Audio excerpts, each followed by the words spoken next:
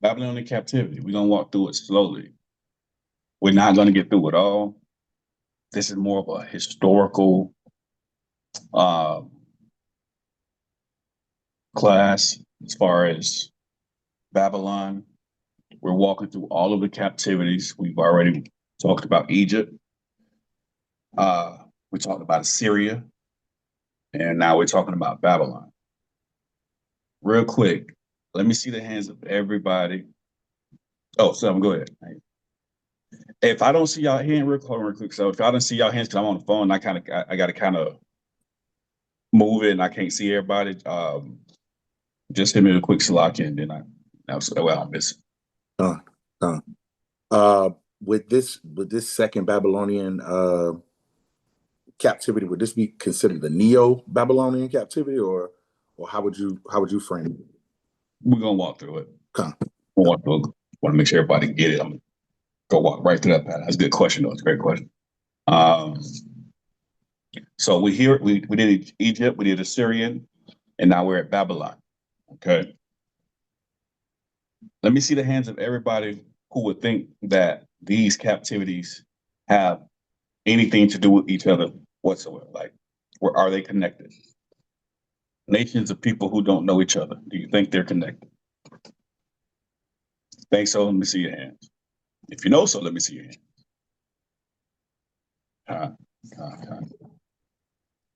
They are connected in several different ways. We'll go over a few of them, but they're definitely connected in several different ways. We start off with Egyptian captivity. Excuse me. Approximately, and I say approximately because you're going to find a different scholar may say different dates. Some may say the same, but it should be always been a general ballpark the same. Egyptian captivity, approximately 1650 to 1250 BC. We got the Assyrian captivity that we covered, 722 BC. All right. Now we're going into the Babylonian captivity, which started 586 BC. All right. So Babylonian captivity started 586 BC. Okay. To sell into your question and what a lot of people may miss periodically, the Babylonian captivity, the Babylonian Empire. When we read about Babylonian Empire, it actually refers to two major periods. All right. Babylon is just not the Babylon of Nebuchadnezzar that we read about. All right. You have two periods, and I always get the first king, his name mixed up, Hammurabi. All right. And who was King Hammurabi? All right. King Hammurabi was the king of the first Babylonian Empire. And this was approximately 1900 through 1900 BCE to 1595 BCE. All right.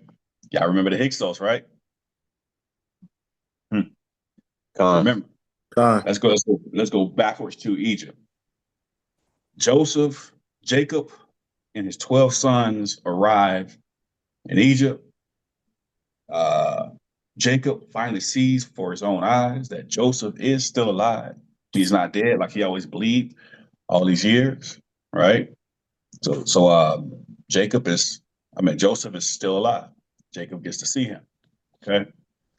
Now, Joseph is now having a conversation with Jacob about what he should tell Pharaoh. Who remembers where to find that? Joseph is having a conversation with Jacob about what to tell Pharaoh. Because all y'all people just walked into the land, y'all knew. All right. I know I'm not from the land myself, but I've been here for some years and I'm not the governor, so I'm good. I got to get my daddy and my brothers in here peacefully. Who remembers where to find where Joseph was talking to Jacob, telling him to tell Pharaoh certain information? Anybody? It matters for the Babylonian captivity as well. Is it Genesis 46, 30 through 34? Genesis 46. Exactly. Genesis 47. Hmm. What you got in Genesis 47? When he came there and he told them, and when he asked them about their occupation, and he told them that they were shepherds and they were going to go to the land of Goshen.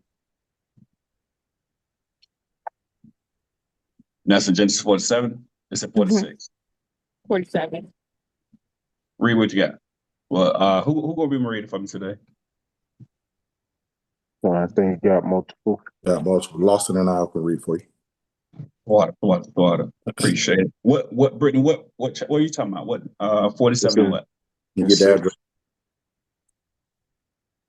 47, 1, 2, and 3.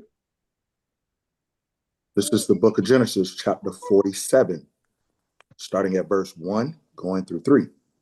Then Joseph came and told Pharaoh and said, my father and my brethren, and their flocks and their herds, and all that they have, are out in the land of Canaan. And behold, they are in the land of Goshen. Let's stop right there.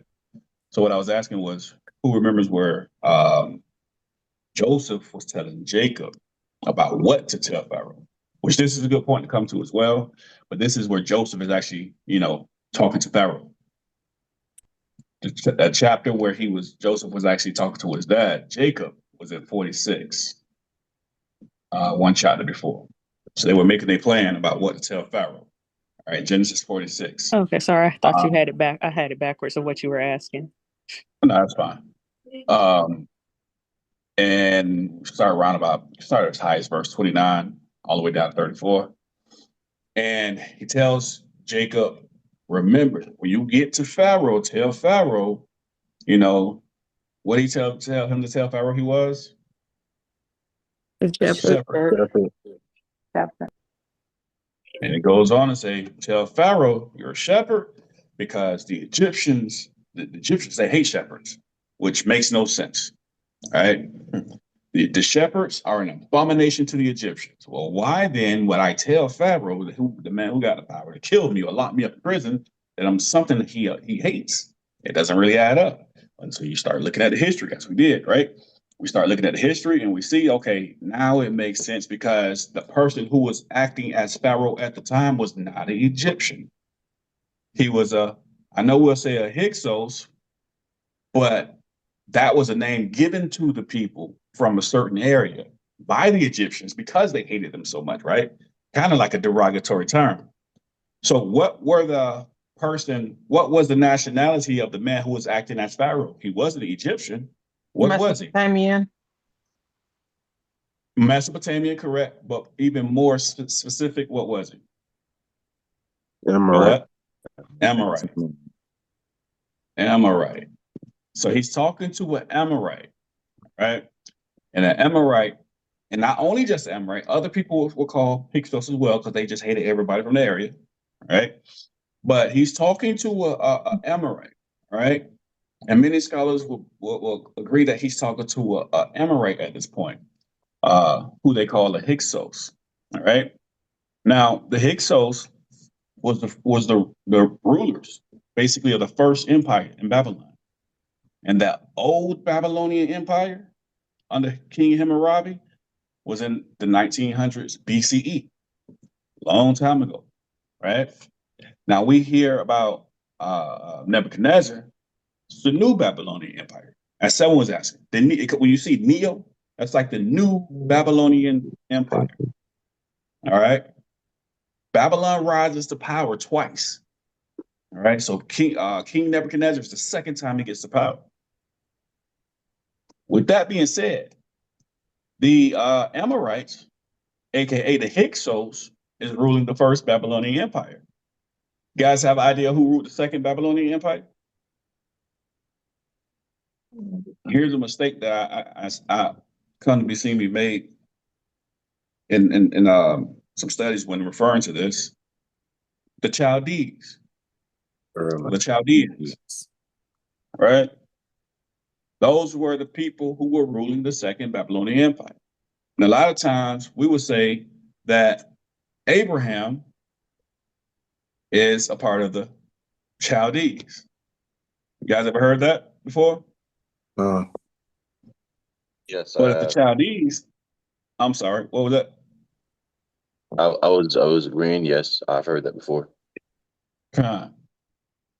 But if the Chaldees didn't rule until the second Babylonian Empire, which didn't come to a long time after, which is it started at 626 BCE, approximately, or circa, right?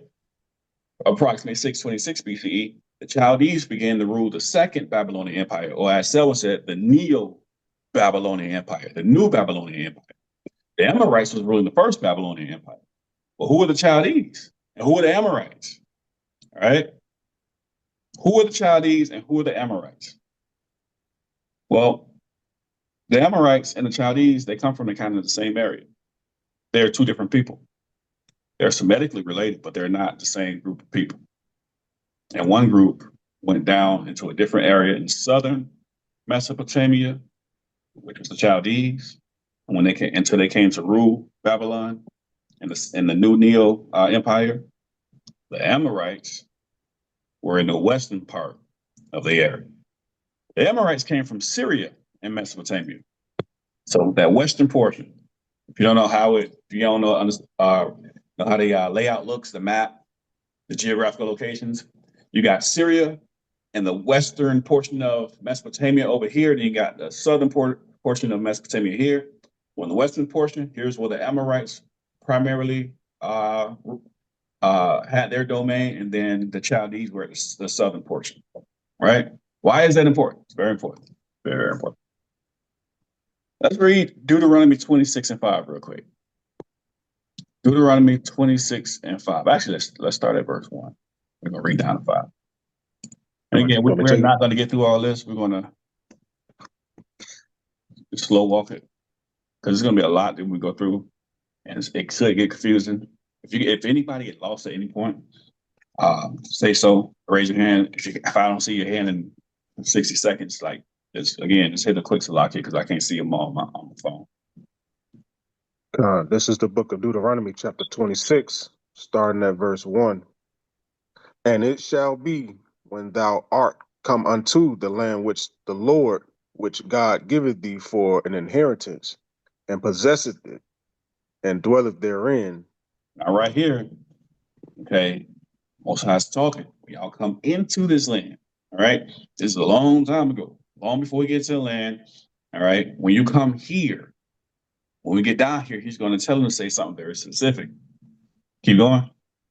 And that thou shalt take of the first of all the fruit of the earth, which thou shalt bring of thy land that the Lord thy God giveth thee, and shalt put it in a basket, and shalt go unto the place which the Lord thy God shall choose to place his name there. And thou shalt go unto the priest that shall be in those days, and say unto him, I profess this day unto the Lord thy God, that I am come unto the country which the Lord sware unto our fathers for us to give us. The Lord swear unto our fathers to give us, and the priest shall take the basket out of thine hand and set it down before the altar of the Lord thy God. Now, real quick, who is he talking to here? Israel. We read Deuteronomy 26. I know if we started Deuteronomy 1 and 1, going to say the Lord told Moses to tell all Israel. And these are the words that we're reading that the Lord gave to Moses to tell Israel. All right. So he's talking to Israelites. Verse 26. Verse 26. God, it's like, Ain't no verse 26. I'm sorry. Chapter 26, verse 5. My bad. Deuteronomy chapter 26, verse 5. And thou shalt speak and say before the Lord thy God, a Syrian ready to perish was my father, and he went down into Egypt and sojourned there with a few, and became there a nation, great, mighty, and populous. A Syrian. A Syrian. My father was a Syrian. Why is that there? Why is he telling Israelites? All right, when you get to your land, remember this. Your father was a Syrian. Speaking about Father Abraham, because that was the overarching captivity that they were taken by, because that was the first major captivity after Egypt. And those people were considered Amorites, and then they went into the Assyrian captivity. Those were the ones that were diasporic. Well, remember, Syria and Assyria, two different nations. Con. And here, like the Syrian captivity right here, like hasn't happened yet. Like you were saying in the prophetic sense, I think, if I'm not mistaken. Con.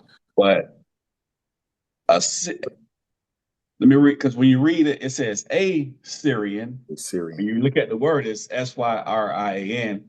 But Assyria is spelled the same way, basically. But here it's not a Assyria, it's a Syrian. It's like talking about the Syrians, Singular not person. the Assyrians. But the A can kind of Con. get confused sometimes.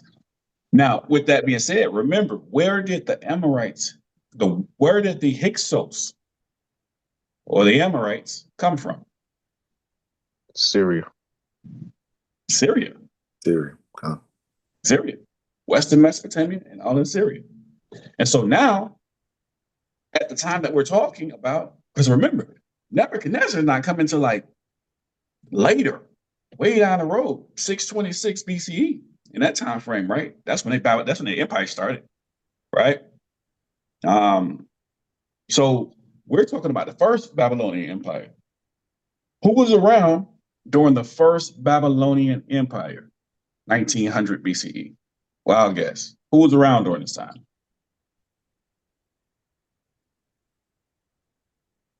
That is a broad question, man. Everybody was around. Right? A lot of people around during that time. let me tighten it up a little bit. Which of the forefathers was around during this particular time? Which of the forefathers was around? Huh? Abraham. Abraham. Of Abraham. Abraham. Where did he come from? Mesopotamia. Mesopotamia. Sometimes we just get which period of Mesopotamia he came out of. But again, some people say the Chaldees. That's a completely different people ruling at that point. Abraham came from out of the group of people that was ruling that area, the Amorites.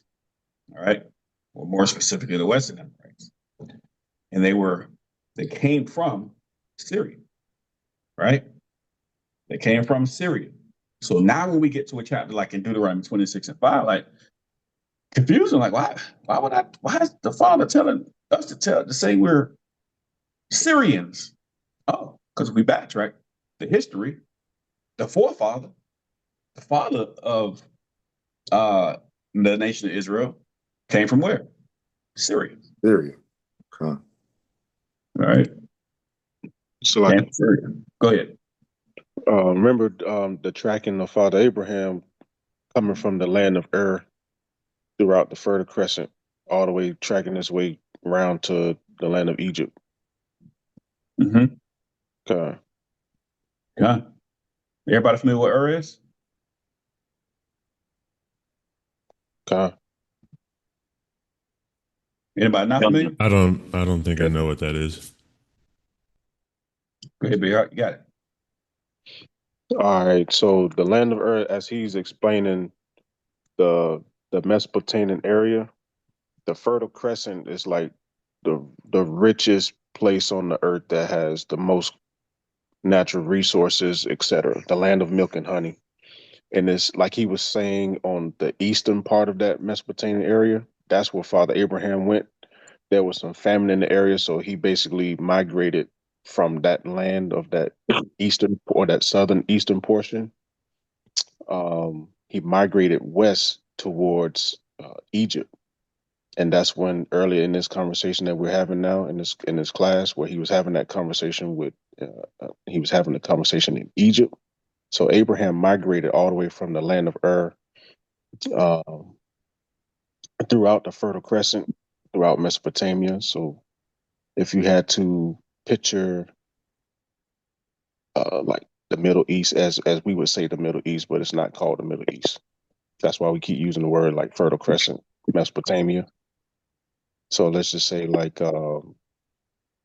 Saudi Arabia, Iraq and area and all that, and then migrating all the way to Eastern Africa. If that paints a better picture. Yeah, Now, that makes sense. in general, we will have screenshots and visuals to show you. I don't know if you got a picture of it, Abaya. Yeah, I was gonna say that. I was waiting for you to stop. I was gonna be like, yeah, I typically would screen share it, but since I'm using my phone and I'm in a hotel and I got my laptop, I can't use them both and I can't screen share. But what I'm about to do is I'm gonna drop this picture inside of chat. And if somebody wanna grab it and drop it inside of maybe the Zoom chat, maybe. Uh,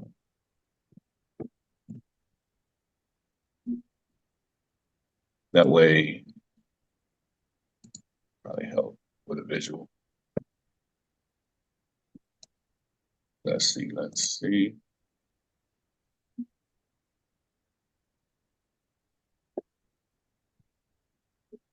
Okay, I just put it inside the chat. Should help. But yeah. So Abraham came from remember, came from people called Amorites. Those Amorites came from Syria, because is down here in Mesopotamia, right? Syria is over here. But the people he came from, they started ruling Babylon all the way down there to And so when he was born and he was in this area, as Lawson just explained, when he began his migration or his journey, he started going back the other way and down towards Canaan, which is Israel, down towards Egypt and those areas. All right. So the point to remember, though, is the Hyksos, the same people who Joseph and Jacob was talking to in Genesis 46. All right. The same people, the Hyksos in Genesis 46, were the people who ruled Babylon. All right. Now we went through this whole period, this historical period before, as far as we talked about when we were talking about the Egyptian captivity, why things didn't make sense. Why would Joseph tell Jacob to tell the Pharaoh that he's a farmer or shepherd if Pharaoh literally hates shepherds? That doesn't make sense. In Exodus 1, when it says, well, there arose a new king who knew not Joseph. Well, if he's the governor, what you mean he didn't know Joseph? That doesn't make sense. And then when we start digging into it, oh, there was a change in regimes. There were different people ruling through Egypt at different time periods. And one of those groups of people were the Amorites, who moved down from the Mesopotamia area and began to rule in Egypt. That being said, let's go to Genesis 15 and start at 13, I'm sorry. Genesis 15 is chapter 13. Genesis 15, we're going to start at 13. This is the book of Genesis, chapter 15, starting at verse 13. And when thou sendest him from thee, thou shalt not let him go away empty. Thou Genesis shalt 15 to 13? Oh, Genesis, correct? Slack. Yeah. Deuteronomy, slack. No worries. This is the book of Genesis, chapter 15, excuse me, starting at verse 13. And he said unto Abram, know of a surety that thy seed shall be a stranger in a land that is not theirs, and shall serve them, and they shall afflict them 400 years. And also that nation whom they shall serve will I judge, and afterward shall they come out with great substance. Verse 15. And thou shalt go to thy fathers in peace. Thou shalt be buried in a good old age. But in the fourth generation they shall come hither again. For the iniquity of the Amorites is not yet full. Anybody remember, like, what does that mean? Like, we're starting to see that these things, these captivities, they're all kind of intertwined. You know, Uh, a chessboard.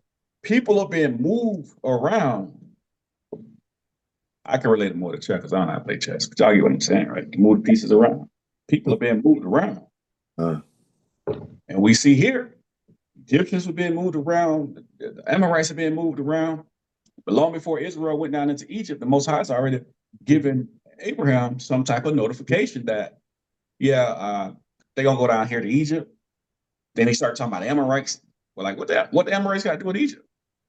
Like, how long have we read this and not even, like, probably thought to ask that question? What the Amorites iniquity got to be, not being full yet, got to do with them going into Egypt and going into captivity in Egypt. But when you start looking at the history, it all starts to make sense. Who ruled what, who came from where, and who migrated to what areas and took over in what time periods. All right. Keep going. Verse 17. Verse 17. And it came to pass that when the sun went down and it was dark, behold, a smoking furnace and a burning lamp that passed between those pieces. In the same day, Yahweh made a covenant with Abraham, saying, Abram, saying, unto thy seed have I given this land, from the river of Egypt unto the great river, the river Euphrates. So if you don't know, for those who may not know, that promised land is not that little strip of Israel that they show us on the map.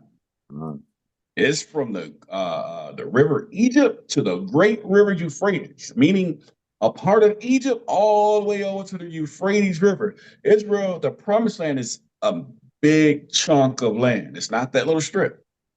That's what they put over there. All of that, even including part of Egypt, is promised to Israel. Keep going. Verse 19. The Canaanites and the Kenizzites and the Cadmonites and the Hittites and the Perizzites and the Rephaims and the Amorites and the Canaanites and the Girgashites and the Jebusites. Go ahead. Now, right here, after they start saying to the great river Euphrates, you start naming people.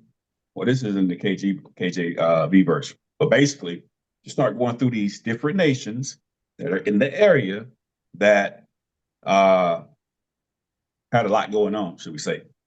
Unrighteousness going on. We're going to talk more about the Hittites and the Amorites. All right. The Hittites are the reason for the Neo-Babylonian Empire. All right. When I say they're the reason, it's because the Hittites attacked the Amorites, and it was a surprise attack. It was an ambush, shut the whole system down.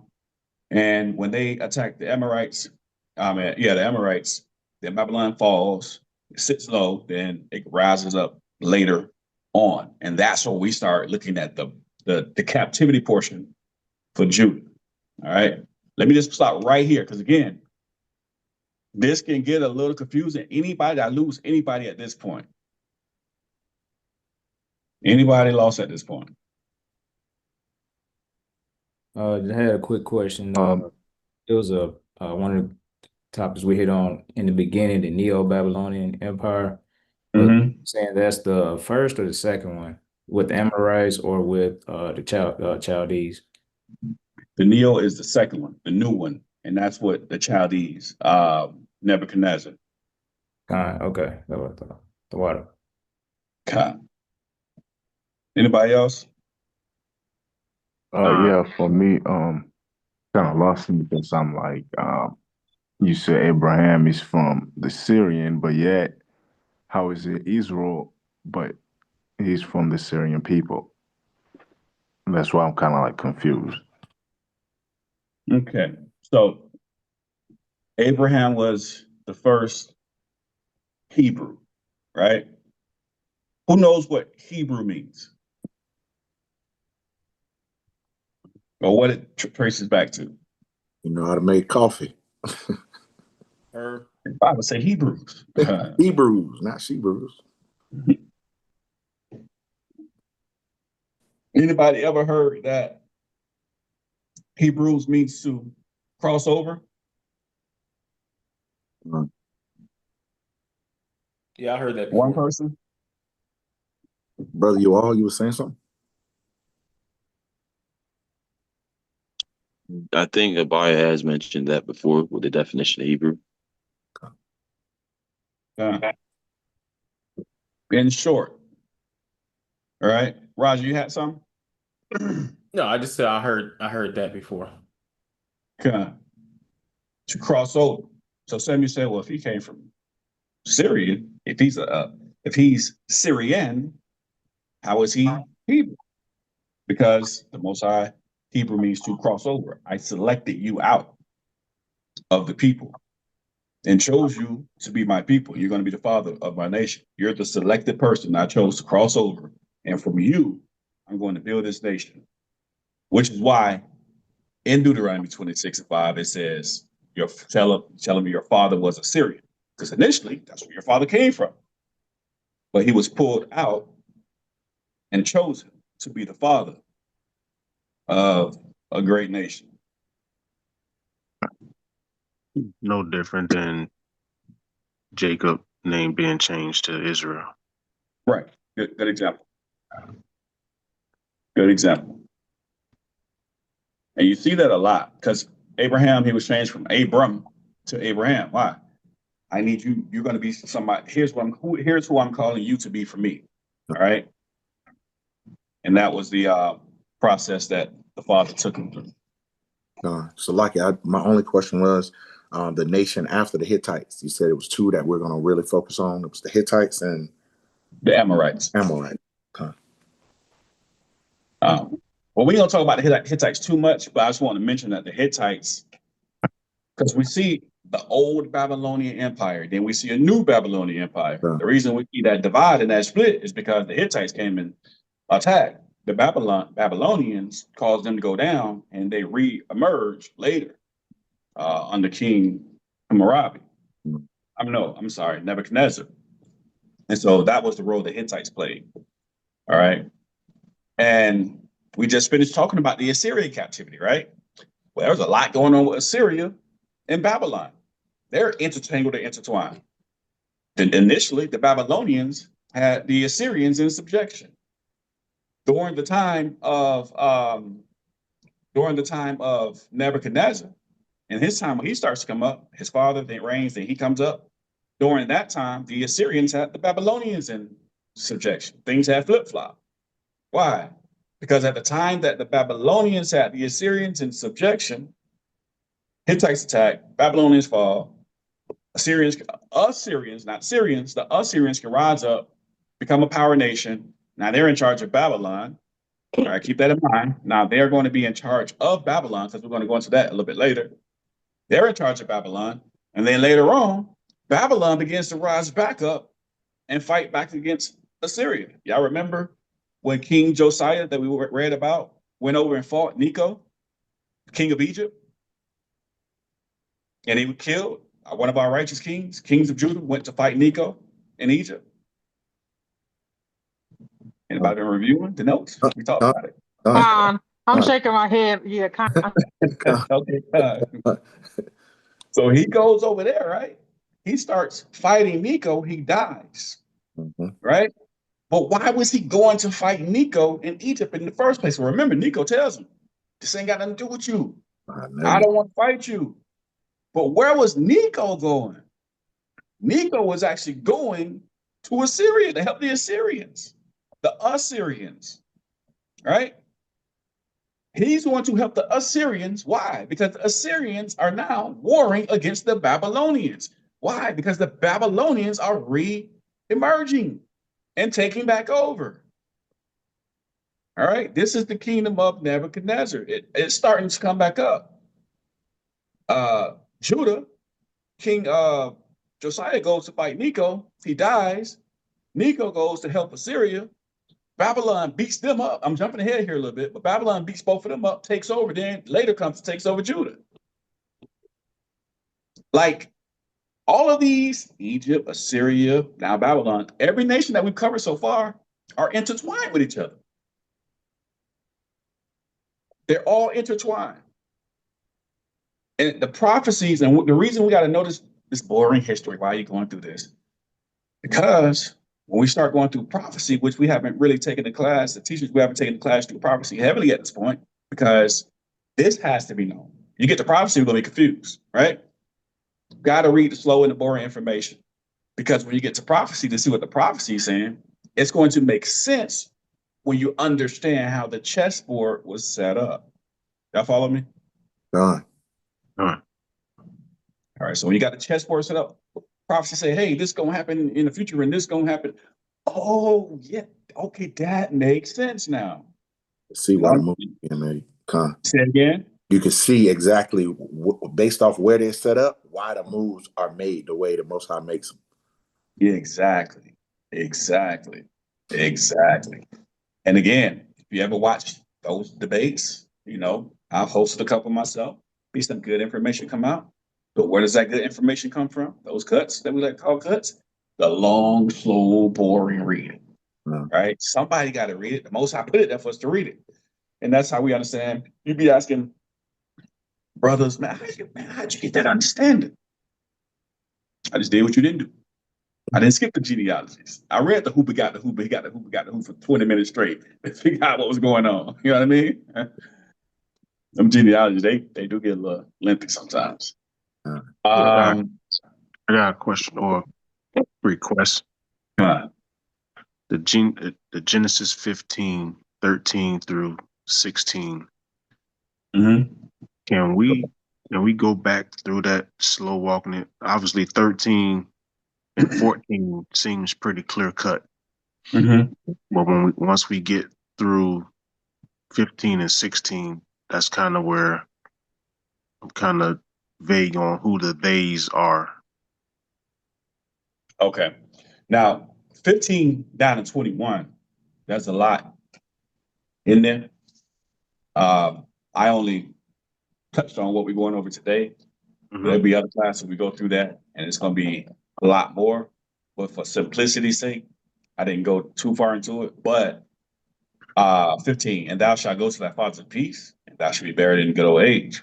But in the fourth generation, they shall come hither again. The they that he's referring to, he's talking to them about Israel. Your seed is going to come into a land where they're going to be pretty much oppressed. Right? They should come here in the fourth generation. So 4 generations later, they're going to be in Egypt, is what the father is telling Abraham. And that's roughly about 150 to 160 years, right? Give or take the generation in 40 years, 4 generations is roughly between 150, 160 years. Depends on who you talk to. This was roughly about 400 years. So we say average year span 100. 100. Okay. That's why I wanted to ask, because depending on who you're talking to, the generation takes on a different time. Yep. Understanding. That's why I wanted to ask. So we say it's about 100 years or so. Yeah, because based off the time of the prophecy and the time that this actually fulfills, it's 400 years. 400 years. All right. Question. And real quick, and generations can be as low as 30 years, depending on the scenario you're talking to. Yeah. Right. Yep. Go ahead. So my question is in verse 15, where it says, "And thou shalt go to thy fathers in peace, and thou shalt be buried in a good old age." That sound like that they're just dying in old age, right? Yes. All right. So how do they then come back in the fourth generation if they're dead? No, Abraham and thou, you. He's telling Abraham. Okay. I'm thinking it's talking about all the children gonna be dead. Okay. So that's how I didn't understand who they were. Huh? Well, so we wouldn't be on Zoom today. That didn't happen. And I was trying to figure out And that's why I was lost on who they were in 16, because if they were dead, how did they come back in 16? Right. Yeah, he's talking to Abraham. Like another example, like David told David the same thing.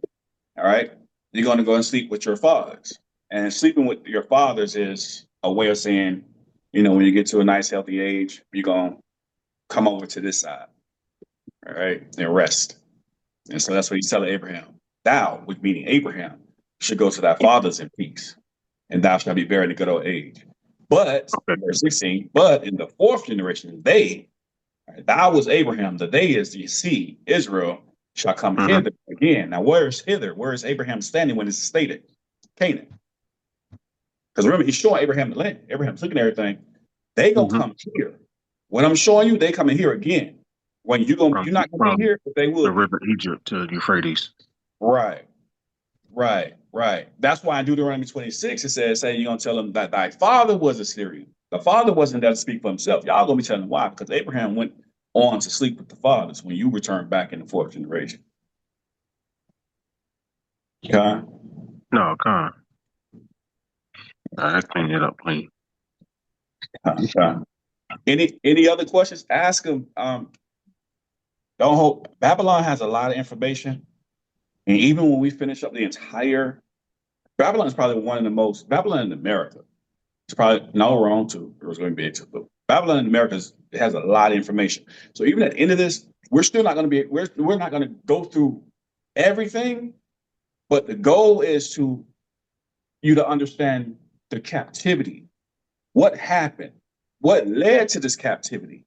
All right. Where did we go after the captivity? Like you want to know, have a solid basic foundation on the Babylonian captivity. And it does leak over into prophecy as well. Remember, we read First Chronicles 9:1. Let's read that real quick. Why this is important. First Chronicles 9:1. Copy. Give it a second, people, so we can get there. First Chronicles 9:1. This is First Chronicles chapter 9, verse 1, and it reads as, "So all Israel were reckoned by genealogies, and behold." Stop right there. So all of Israel was reckoned by genealogies. The reason I'm pointing this out, excuse me, is because you have that understanding out there that what it's about to say is still going to refer to all of Israel, and it's not. The only thing it's referring to about all of Israel is the genealogies. Why? Because we're in First Chronicles 9:1. First Chronicles 8, 7, 6, 5, 4, 3, 2, 1. What were we reading? Genealogies. All the way up to chapter 9. Basically, we read genealogies all the way up. And so when we get to chapter 9, the genealogies are done. So it's recapping, okay. So all Israel was reckoned by genealogies. Now, what's about to follow, there's a misunderstanding, and people are going to make the claim that Judah and Israel went into the Babylonian captivity together. That's not true. Let's read it and see why they believe that. Start back from the top. This is First Chronicles chapter 9, verse 1. "So all Israel were reckoned by genealogies, and behold, they were written in the book of the kings of Israel and Judah, who were carried away to Babylon for their transgression." Right there. So all Israel was reckoned in the book of genealogies.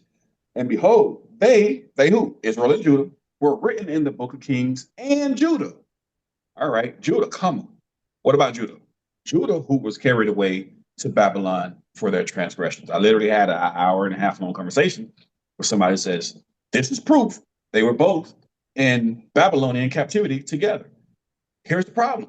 If they're both in Babylonian captivity together, when we get to prophecy about what's going to happen in the future, this is going to be a major deal breaker. Because what the prophecy is saying, this will be saying the complete opposite. The prophecy is not saying they're going to come, they're here together. The prophecy is saying they're only going to be together in the spiritual Babylon in the future.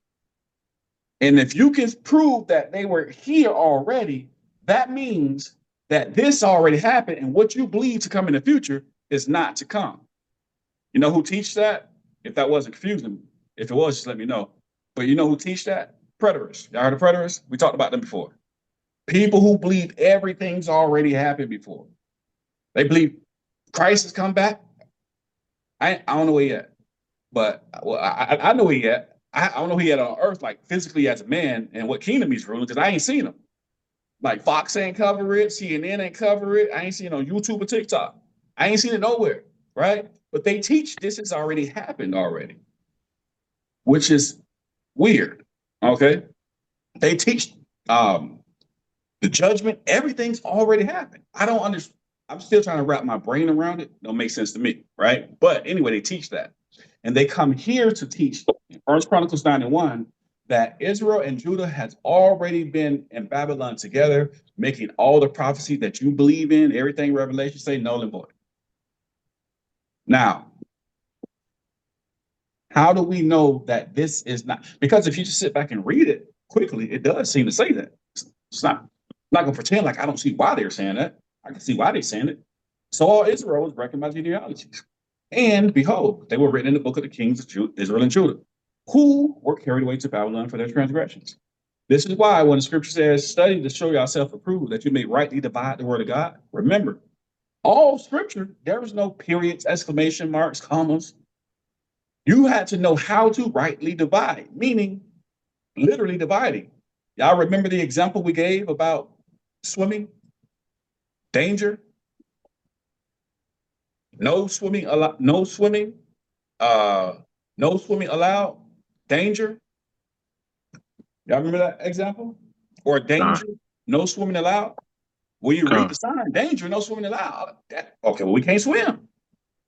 But when you put danger, question mark, no, exclamation mark, swimming allowed, period, it creates a completely different message. That's what the scripture means. Learning how to rightly divide the word of God. Now, how do we know that? How do we rightly divide 1 Chronicles 9:1 to take away that accusation that the spiritual Babylon, the future prophecies, are not yet come, and we're still waiting for that to be fulfilled? Well, if we just go backwards, anybody know where to go? Backwards. Chapter 5. Anybody remember where we're going? Y'all remember Pool, Telglyph, Peninsula? Second Kings, I want to say 15. Well, actually, don't go to 2 Kings. From 1 Chronicles, since it's talking about the genealogy, you just want to walk backwards 4 chapters. Go to chapter 5, right? And when we started reading chapter 5, what happened in chapter 5?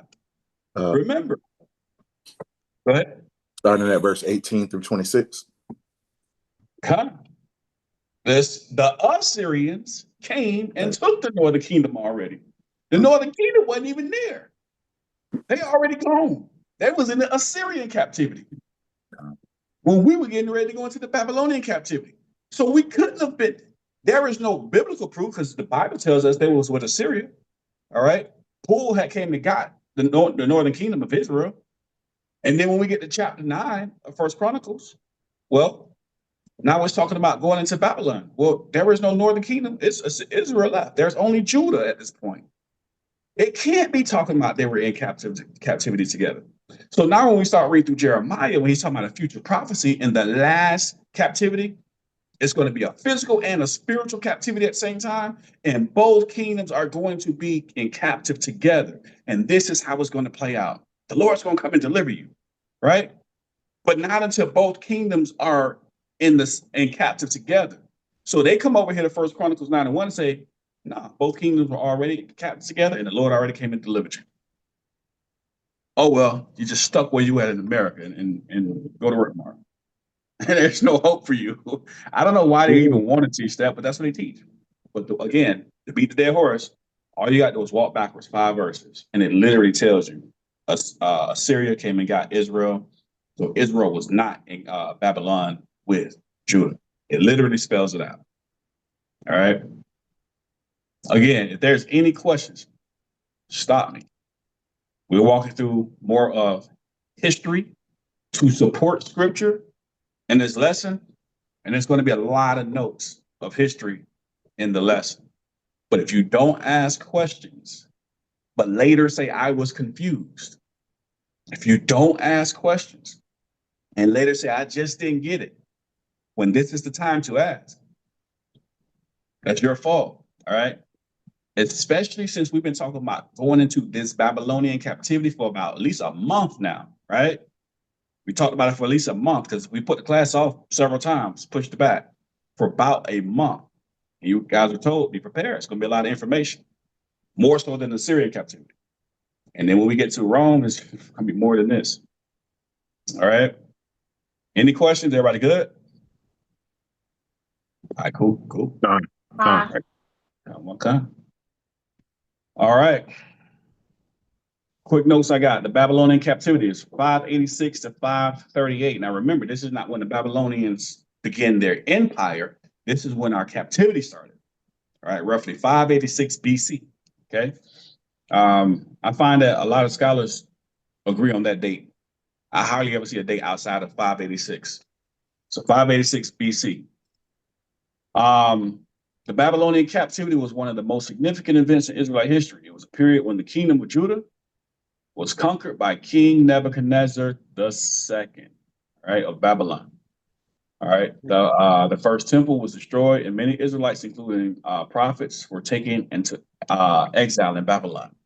Babylon came in waves. We're going to talk about the waves they came in.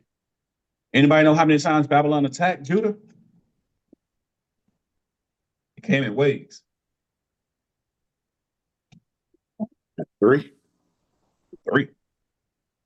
3 times. 3 times. A little bit less than the amount of times Assyria attacked Israel. Babylon came into Judah 3 times. And the last time, then they utterly destroyed it. All right. We're gonna walk through all 3 of those phases. And each time they came, they kidnapped some people. All right. They almost averaged a major profit per siege. They almost, you get what I'm saying? They almost averaged a major profit per siege. What'd you say? Can we repeat that? I'm trying to jot all this. I know I'm gonna watch it again, but Which part? Wait, let me go back to. You said Syria attack? Oh, okay. I'm sorry, what's that? I said I got Babylon attacked Judah 3 times. And then I thought I heard Assyria attacked as well. No, I said a little bit fewer times than what Assyria attacked Israel. Oh, got you. Anybody remember how many times Assyria attacked Israel? Other than teachers? I thought it was just twice now. It was 2 times, and the 3rd time they took them over. No, Assyria, not Babylon. Assyria. How many times did Assyria attack Israel, the northern kingdom? Well, I'll say once. The first time was like a negotiation. I thought it was 5 times.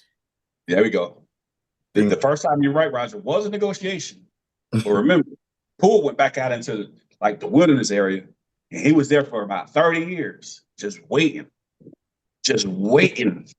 for you to mess up. And each time he'll come in there and make a quick attack, take a little bit of people out of the northern kingdom, going back out and wait some more. Come back, make another attack, go out. All right. But it's like your enemies. They sit and they wait. That's why we gotta always stay prayed, always stay, in the faith. We got people sitting and waiting for us. Primarily, this is a spiritual battle. Who's really sitting and waiting for you? Man, you got spirits all around you, just sitting and waiting. I know what your weakness is. I study. I know you better than you know you. I pay attention to you more than you do.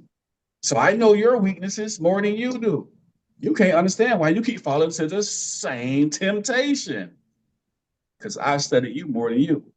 Your enemies sometimes is the biggest student on your life. They watch you. They're watching you. So they know how to come in and make you fall. And this is exactly what the Assyrians did to Israel. Came the first time, King Menahem paid them off, took collection from the whole country, primarily the rich men, paid them off. They went out. They didn't leave though. They went and sit outside in the wilderness 30 years, paid attention, made their plans, came back, destroyed Israel, took them into captivity. Well, Babylon, as we're going to see, they did it as well. Not as many times, but 3 times they attacked the southern kingdom. Okay. And each time they came in, they snatched one of the major prophets. $25,000 Amazon gift card. Who knows who the first major prophet Babylon snatched? That was a joke, by the way. I ain't lying on the Sabbath day. So, who knows who the first major prophet that Babylon snatched? Daniel. Daniel. And then the second one, who knows the second one? 2,500? Huh? You said 2,500? No, I said 25,000, but then I quickly said, because that's the first time I seen that many fingers move towards the mute button that fast. So I had to quickly make sure that was a joke that y'all understood. But Daniel was the first one they took in the first siege. All right. Now, so there's 3 sieges. Okay, 3 sieges. And again, I keep saying this on Beat Dead Horse. If there's anything confusing, please let me know. I tried to simplify this as much as I could. There's a lot of information, and the information is spread out everywhere. All right, you got to kind of get it and bring it all to one place and simplify it. But if it's still not simplified enough, don't hesitate. And if you're nervous about, I don't want to speak on camera, whatever the case may be, send a text message, put it in the chat, or have somebody exit for you, or you can text me. But if you got questions, we just want to make sure the questions get answered. That's all. So again, 3 sieges, right? There was one king who the Babylonian captivity was, is one king who was given credit for it. Might sound crazy, but there was one king who the Most High says, you were the reason they're going to go in Babylon. Anybody know who that one king was?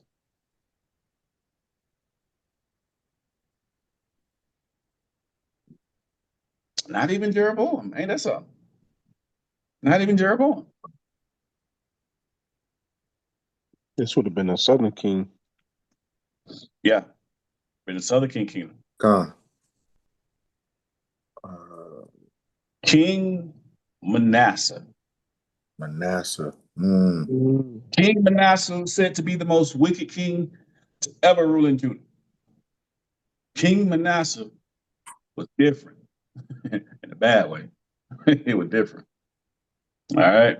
According to scripture, the Bible directly connects God's judgment on Judah, which culminated in the Babylonian exile, with the idolatry, bloodshed, and wickedness of Manasseh, even though the exile happened decades after he reigned. Here's a lesson in that. King Manasseh, we're going to read through some of these scriptures, was the reason Babylon happened, right? Because of his wickedness. But get this, we also going to see what King Manasseh repented. And Babylon didn't happen to him. It happened to his descendants, so. What's the lesson in that? And if you say, well, but he repented, why did the evil still come upon the people of Judah later? What do you think? Go ahead. David repented, and he still had to deal with the ramifications of the sin. Yeah. It still comes. But why though? Because why?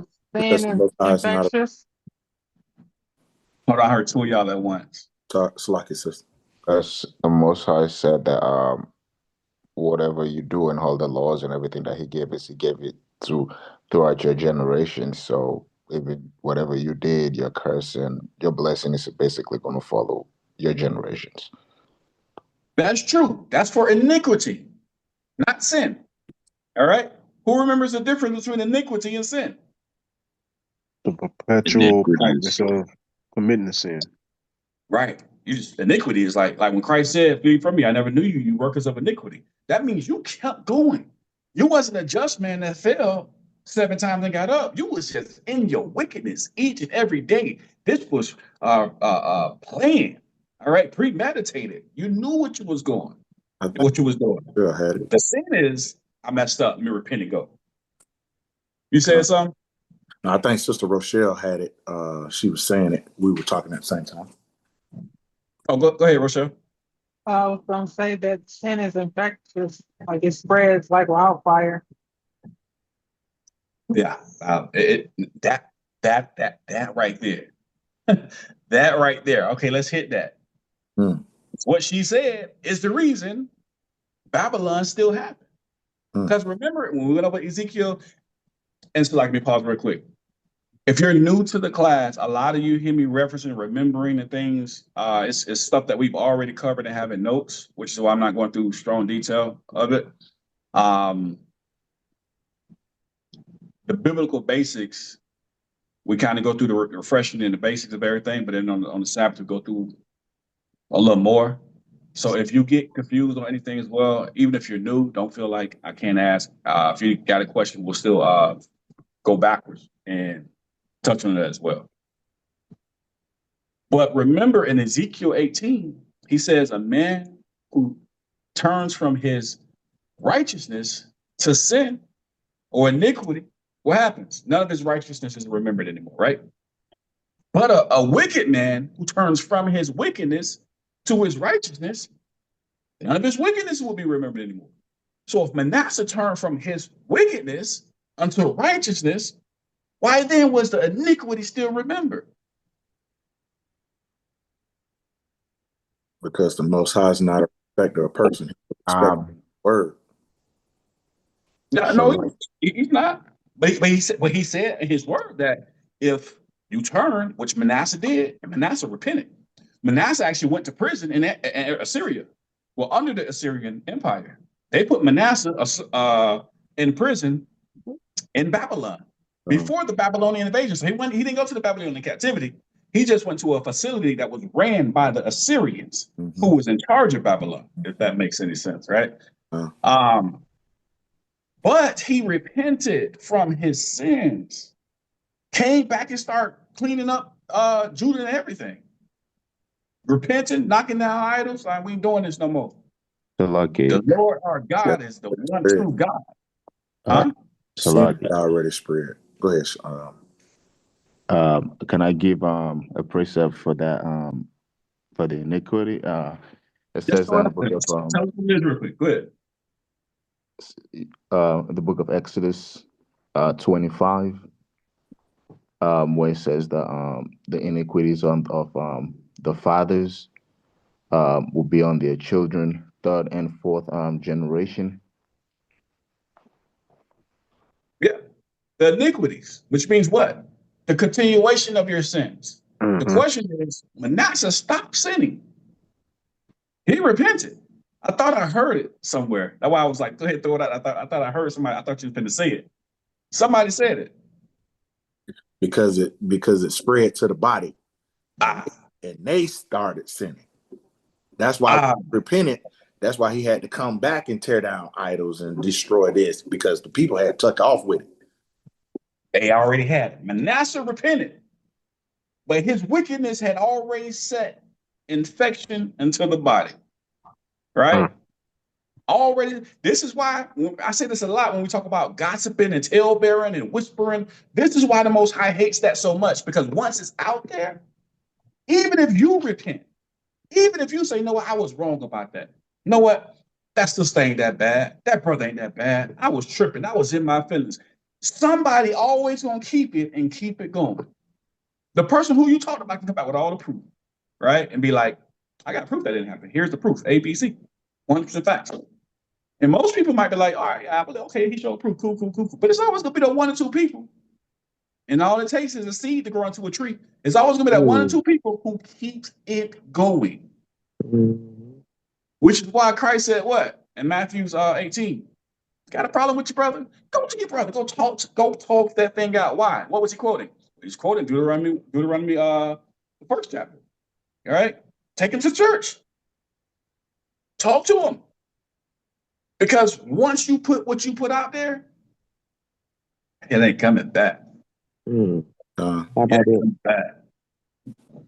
It's like putting a bunch of minnows, minnows, you go fishing with little minnows, little small fish, throw them in the water, right? Not fast, so then you go try and catch them. Like, you ain't gonna catch the things. Like, it's just not gonna happen. That's how it is when we like, man, let me tell you what she said, man. She was that thing out there. Oh, I was wrong. Oh, hey, girl, I was wrong. But she don't told 20 people already. And the 20 people don't told another 100 people. Y'all see how the branching of the trees go? It just branch all out. You can't catch that thing. That's why the Most High say don't do that. Manasseh put the wickedness, the infection in Judah. And when he tried to go catch it, couldn't catch it. So because of that, Babylon still happened, even though he repented. Because we've seen throughout all kings, the Most High be talking to one of the prophets, has thou seen it how, I don't know, king such and such humbled himself, therefore I should not bring the judgment upon him. In this situation, yeah, it's still coming. This perfect answer. He infected the body with his wickedness. He couldn't get it back. 2 Kings 21, let's read verse 2. 2 Kings 21, and let's read verse 2. 2 Kings 21. Let's just read 1 and 2. This is the book of 2 Kings, chapter 21, starting at verse 1. Manasseh was 12 years old when he began to reign, and reigned 55 years. He reigned 55 years on top of being 12 years old. All right. In Jerusalem. And his mother's name was Hephzibah. Verse 2. Let's read all the way down to 7. Come.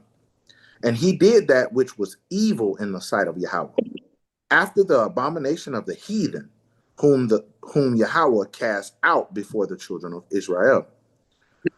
For he built up again the high places which Hezekiah his father had destroyed, and he reared up altars of Baal, and made a grove, as did Ahab king of Israel, and worshiped all the hosts of heaven, and served them.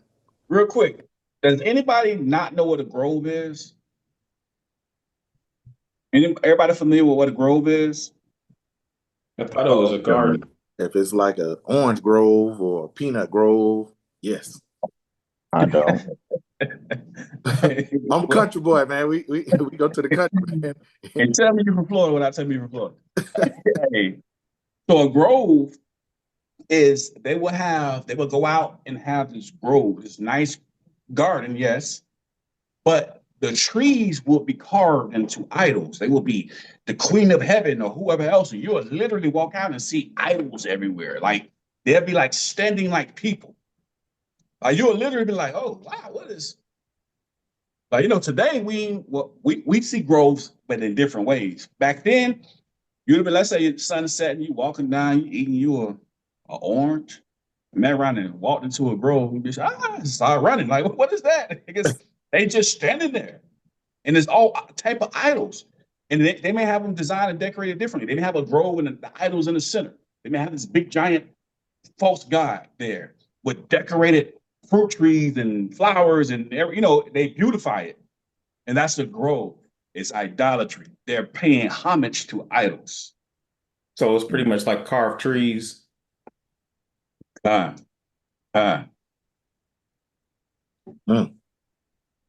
that Is that what?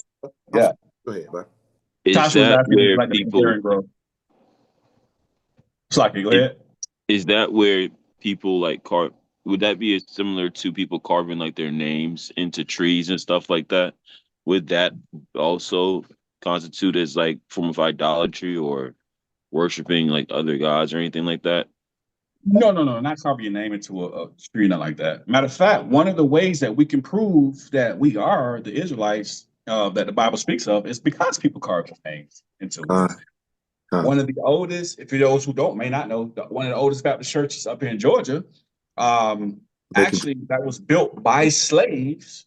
When they went upstairs, they went and carved their names. Now you got to ask yourself, why are these Africans, Hebrew, Hamites or Africans, why are they carving all of their names in Hebrew? in Hebrew.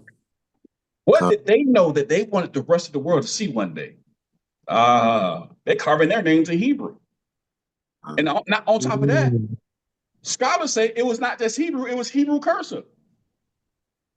So wait a minute, how Africans got so skilled in writing in Hebrew with a knife or whatever they was using in America at the building of the church? It just don't make sense, right? That's one of the ways, that's one of the pieces of evidence that we could prove, right?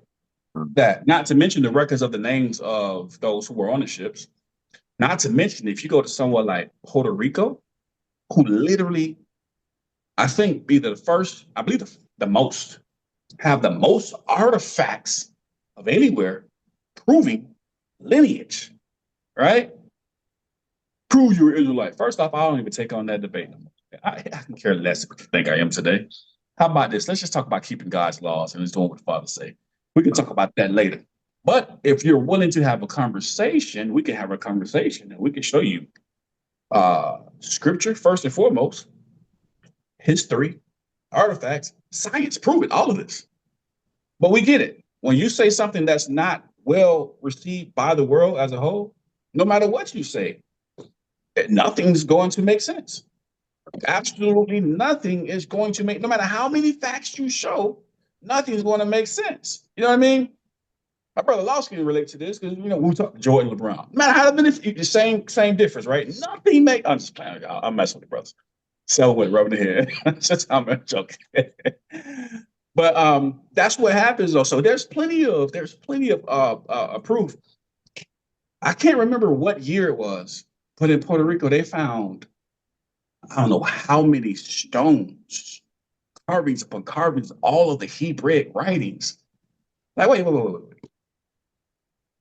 Why are people you call Puerto Rican writing in Hebrew language? What? Why are people you call Indians, which is a bad name given by Columbus, why are they writing in Hebrew language? Why are people you call African Americans writing in Hebrew language? Why is that? So, I mean, it's not that it can't be shown to prove. We definitely can show all types of stuff like that. Matter of fact, we're going to have a class. All of the artifacts that we can show, prove it. You know what I mean? So like you have two hands, you got Brother Lawson, and my hand was up. Oh, go ahead. I mean, what you just said about Puerto Rico is a fact. When we took our trip to Puerto Rico, they had in the state building many of the artifacts, and mind you, that's just the state building. So the ones that they are willing to show, now mind you, there's a plethora of ones that they're not willing to show. These are just the ones they're willing to show. That's the tangible artifacts of the Hebrew writings of the slave trade, obviously, the conquering of the people, you know, all that stuff. And it just amazes me that some of the ones that are supposedly in the truth deny our brothers and sisters that are in the Caribbeans, you know, in Central, South America, you know, etc., when they have more proof than we have proof. Yeah, they literally have the most artifacts out of all the tribes. The city, it's we'll say el pueblo. It's in Spanish. It's Guayanilla. That is where they have the most artifacts of the Hebrew rocks when they're writing on it, with the writing pieces of the mountains type of thing. It's in Guayanilla. Wow. It's what she said. It's over there. That's it. Just a real quick point to the Groves. If your children play with gnomes, I don't know if y'all ever saw the cartoon or was growing up, the gnomes, how those people used to come out of the trees. those are artifacts that they literally sell today at. You can go to Ace Hardware, Home Depot, where they got these spaces that you nail them into your trees, and that is a form of having the tree take on the representation of a person. They're called gnomes. But they sell them. You can sell. Little kids can go to the store and buy them, but I would say stay away from purchasing gnomes for children. That is a form of idolatry.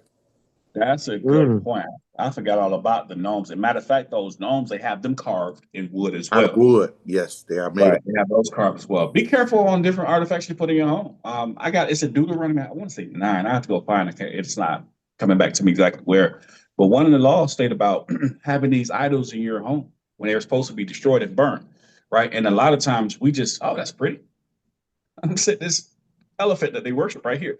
They don't know as you're worshiping an elephant, it was a god or a cow, whatever these nations do, but you're bringing this stuff into your home, right? And there are spiritual battles ensuing there, and you don't understand why. You know what I mean? So be careful on all of these carbons. Like me, I'm not a carbon person. I don't, me, I ain't anything engraved and carved. I'm not really into statues, right?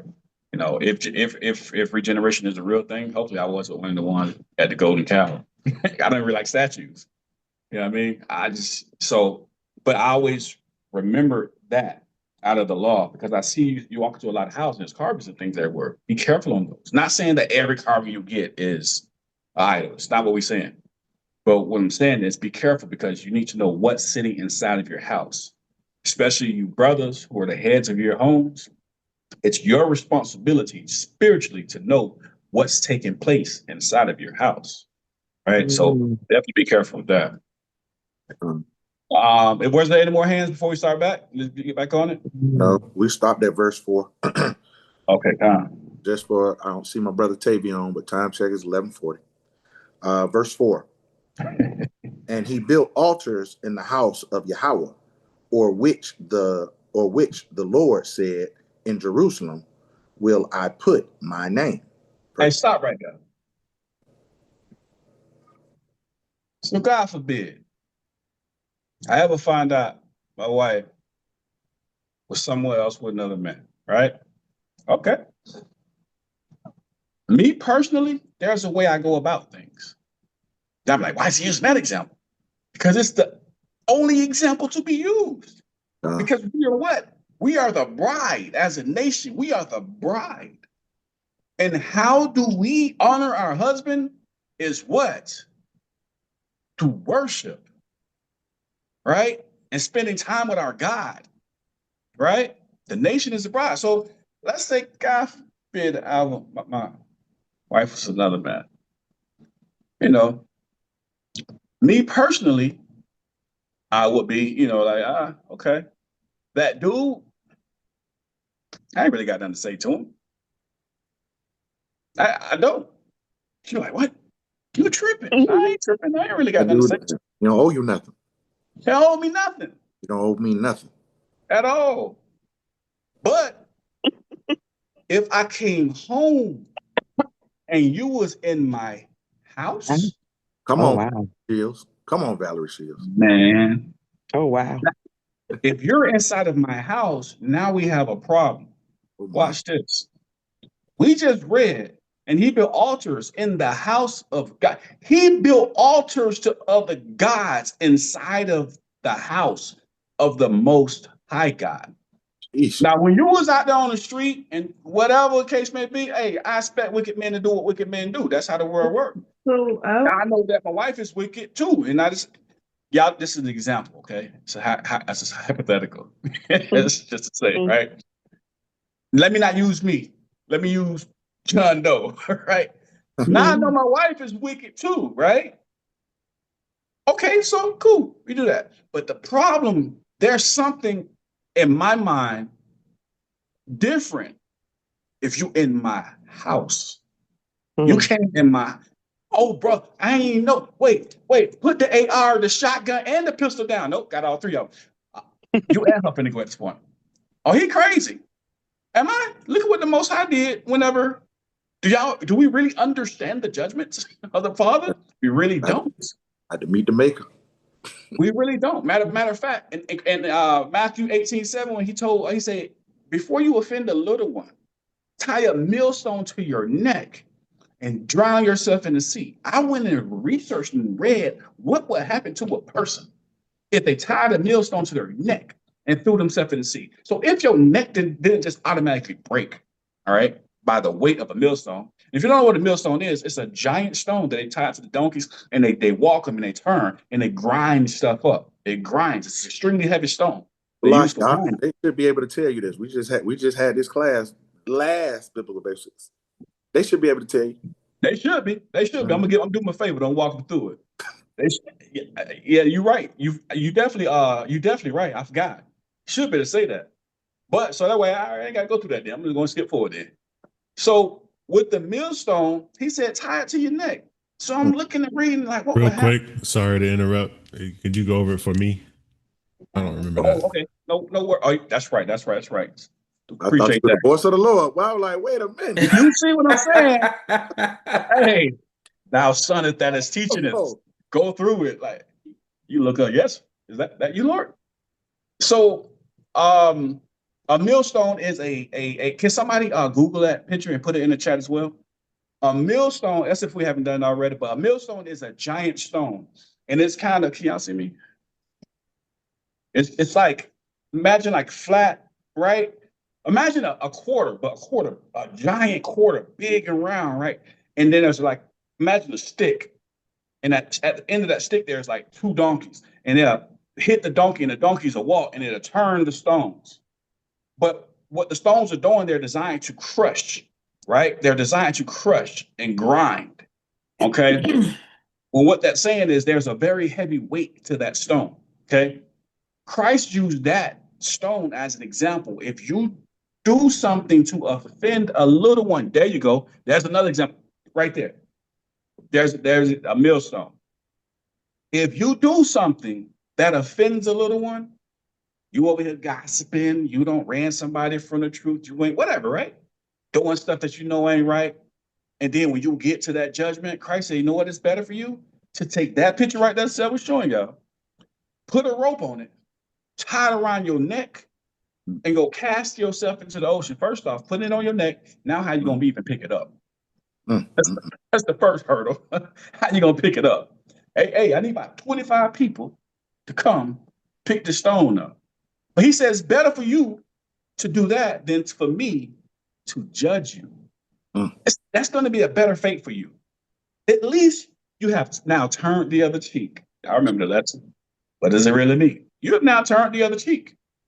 Accepted that you were wrong. But it's better for you to do that than you to offend one of my little ones, right? That's what Christ said, Matthew 18.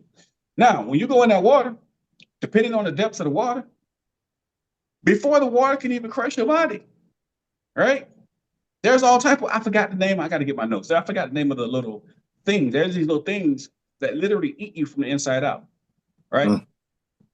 I don't know like why they just know to go inside of whatever they're going to eat, but they go inside and they start eating and they eat all the way out to the bones, right?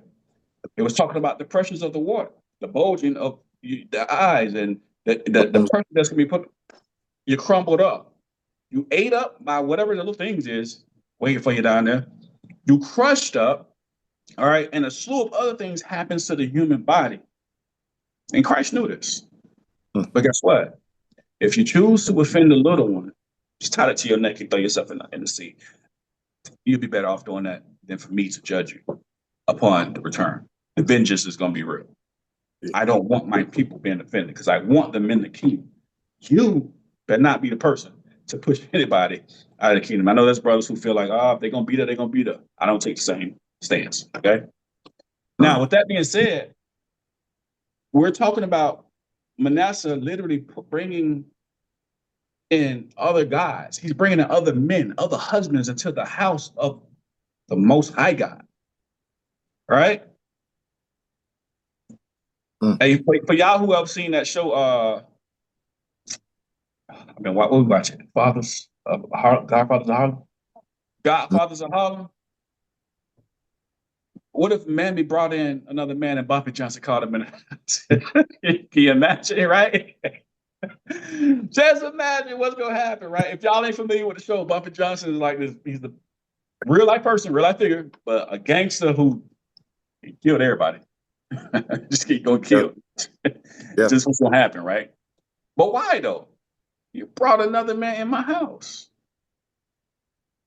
And remember, and I know I'm kind of sidetracking right now. We're gonna get back on track. But for men, for you sisters who want to know, you need to know, who just don't know, but better know, because you should have knew already, right? Come on.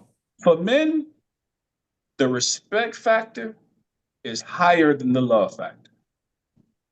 Respect, love. Because this don't even exist if you can't do this. Right? It's the same concept of saying the father comes before you, wife. Why? Because without him, there is no you. I gotta make sure the source is number one at all times. Because without the source, this don't happen. You ever told your kids, I gotta go to work? Why do you gotta go to work? If I don't go to work, you can't pay these bills. You ain't gonna have no food to eat. You ain't gonna have, you know the source of where everything comes from, right? And the source for a man is respect. Because nothing else good can come out of it if you don't respect me, right? We went over this several times already, right? So respect, love. You can't love me if you don't respect me. With that being said, what are we talking about, right? He just brought another man into the house. And that's what Manasseh did right here. That man could have went and built an altar anywhere. He was the king. He chose to. He built them in the house of Yahweh. Damn. You rich. And you know your wife got some money. She didn't go to the hotel. She brought him home. You gotta die. There's no ifs, ands, or buts about it. Like, why in my house out of all places? And I hope y'all follow me and listen. New people, I'm not crazy, okay? I'm just painting a picture to let you see how bad this really was. Actually, don't do it. I'm just painting the picture to show you the level of disrespect, which I still don't believe equates to what's happening here, but to give an idea of how disrespectful or how wicked what Manasseh did was. It was on the level of, it was up there. All right. Let's get, I got any hands? No hands. We had verse 5. God, what? I'll reread verse 4. And he built altars in the house of Yahweh, of which the Lord said, in Jerusalem will I put my name. Wait, hold on. I got one more point I gotta make on this, right? Man walk in your house, seen all the pictures on the wall, say, I ain't know you. Brother, I didn't know. And you look at the wall, be like, how do you not know? How do you not know with all my pictures everywhere? And I showed the class a couple times already. Y'all know in the land, when the sun is setting, it casts the shadows on those mountains. And you can literally see it from the sky. What's written there? Literally carved in the land. What's written there? The name of Yahweh in Hebrew letters. The shadow cast is the name of the Most High God in Hebrew letters. So when he says, I put my name, he literally put his name. I remember years ago when I first saw it, I'm like, oh, wow, that blew my mind. No one can ever tell me the Bible is not real. You got to show me the man in the machinery that carved the mountains at a right angle for the sun to start setting, for it to cast the shadow, to spell the name of the Most High God in the land. It's literally there. And for y'all who don't believe me, you can Google this. This is Googleable. That's my word. Don't try and steal it. It's Googleable. Okay. Can you say that one more time real quick? I'm trying to understand what you just said about the name and the shadow.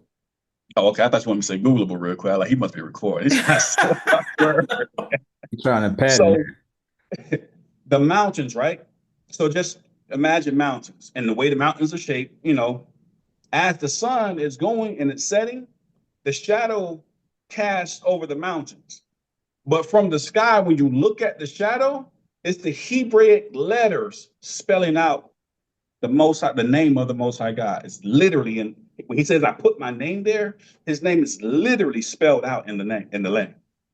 Huh. You weren't here in the class and I showed y'all this? Let me see if I can find because I ain't got my notes with me, but I can see if I can find a picture online. Let's see. Who still got that picture from did y'all download it?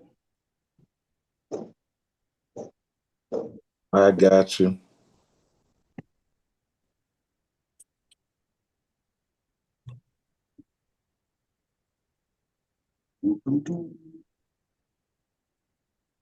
See if we can find it online real quick. All right, I found one.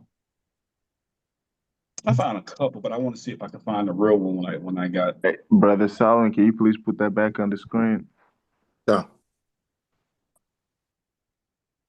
He got back up a little bit.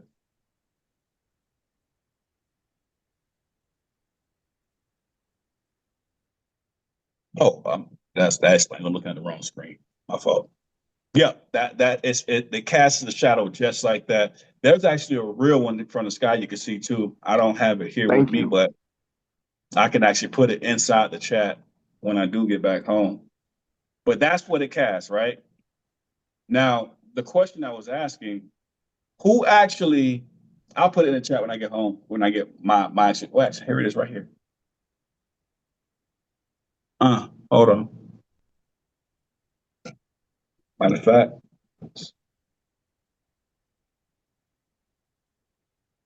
actually, this is a thumbnail of a video. I'm dropping it in the chat of a video that was actually covering it as well.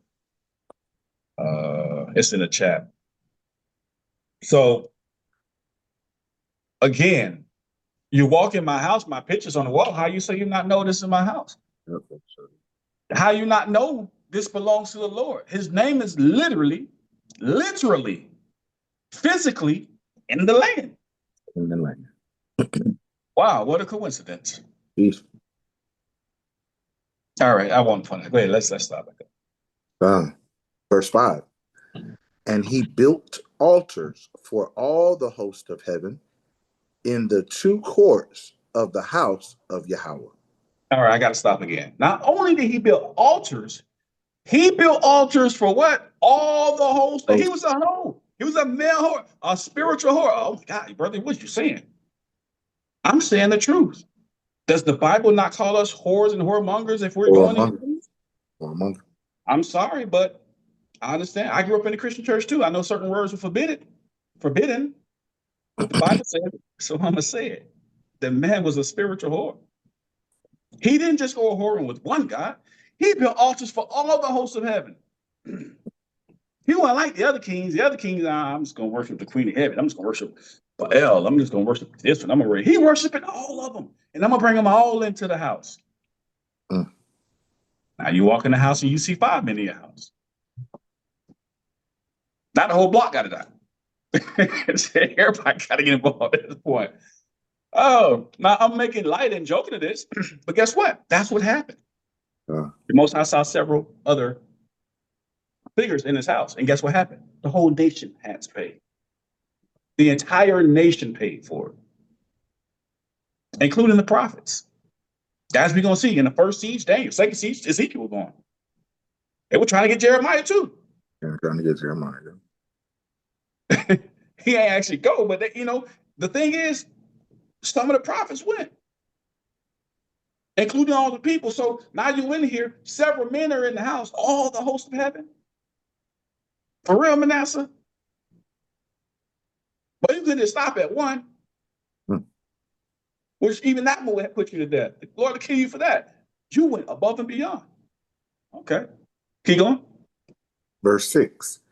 And he made his son pass through the fire, which was against the law, and observed times, and used enchantments, and dwelt with familiar spirits and wizards. He wrought much wickedness in the sight of Yahweh to provoke him to anger.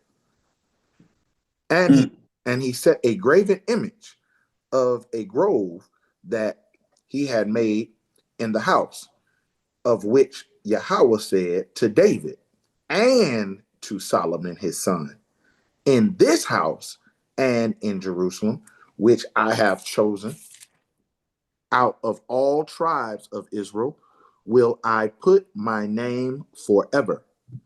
Neither will I make the feet of Israel move any more out of the land which I gave their fathers, only if they will observe to do according to all that I have commanded them, and according to all the law of my servant Moses commanded them.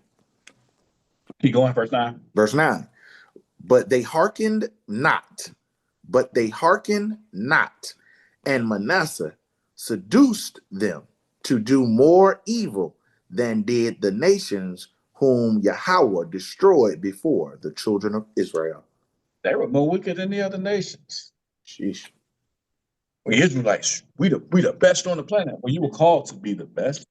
You didn't necessarily live up to it, right? Now, all you got to do is keep the law.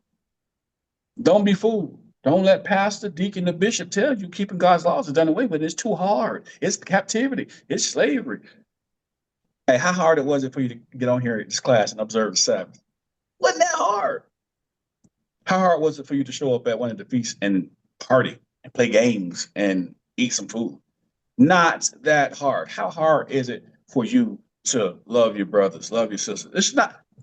When I was having a conversation with one of the Christian brothers, I said, the law, you can't keep the law. I said, can you tell me which law you can't keep? That's when the room was silent.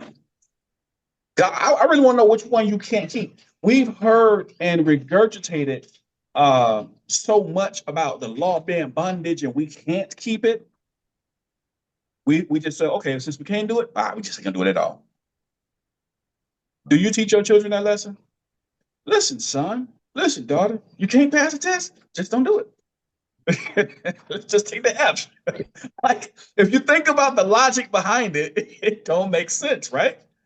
That was a beautiful real life situation, right? Yikes. Imagine they out there. Let's use sports. They racing or something, playing basketball, whatever sport they in, right? You can't beat them. Well, you should just quit. Can you imagine the mental state that your child grew up with? But if we think about it, that's literally what we're doing when it comes to our Father.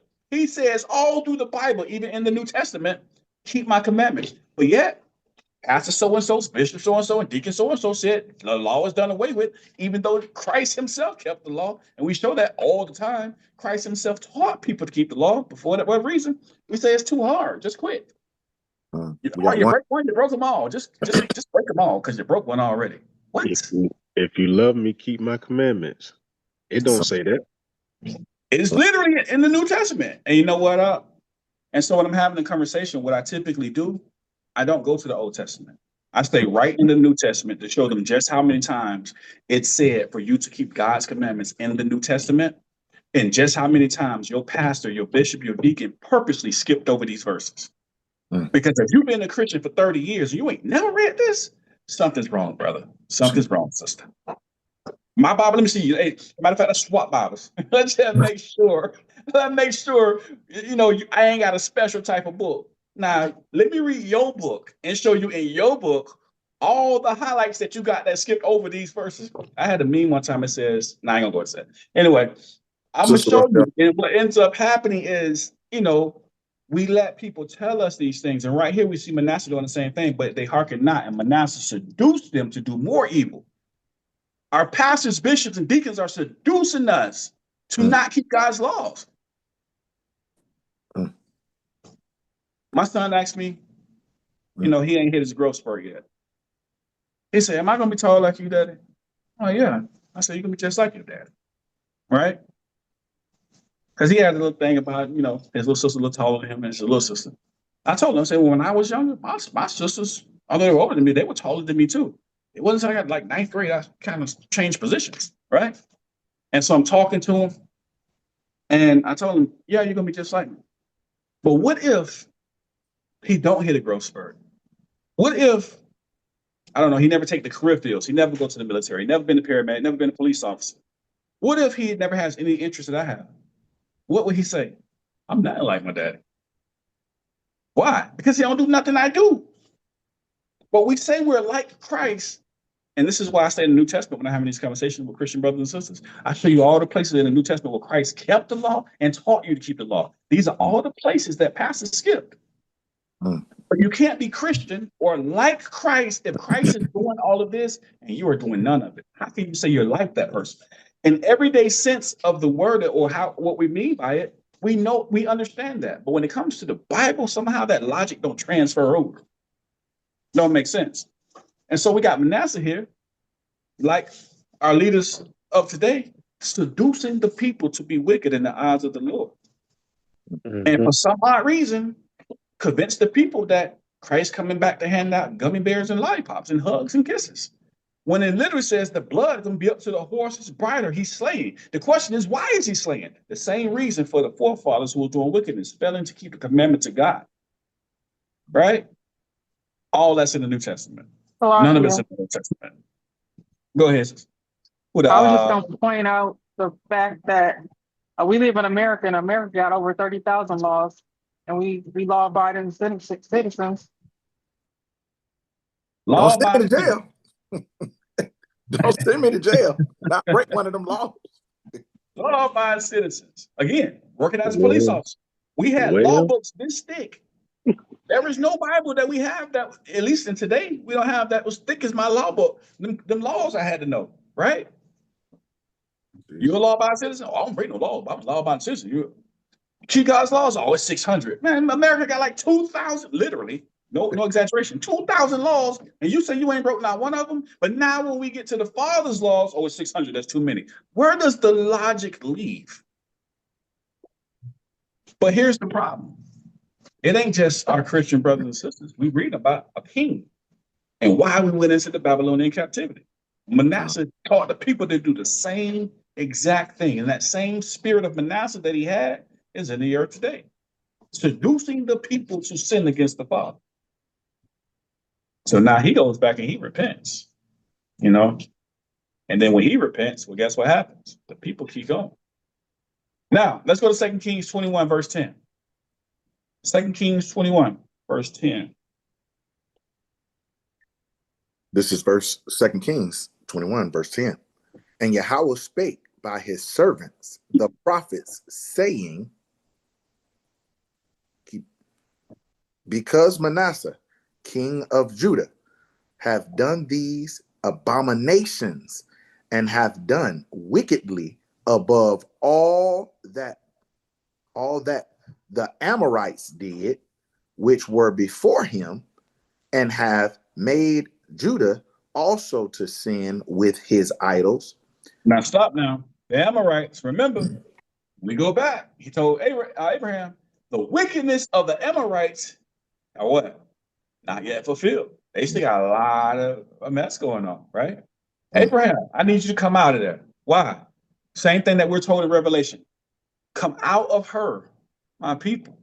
Abraham, come out from those Amorites. They wicked. You all right? Huh? Oh, okay.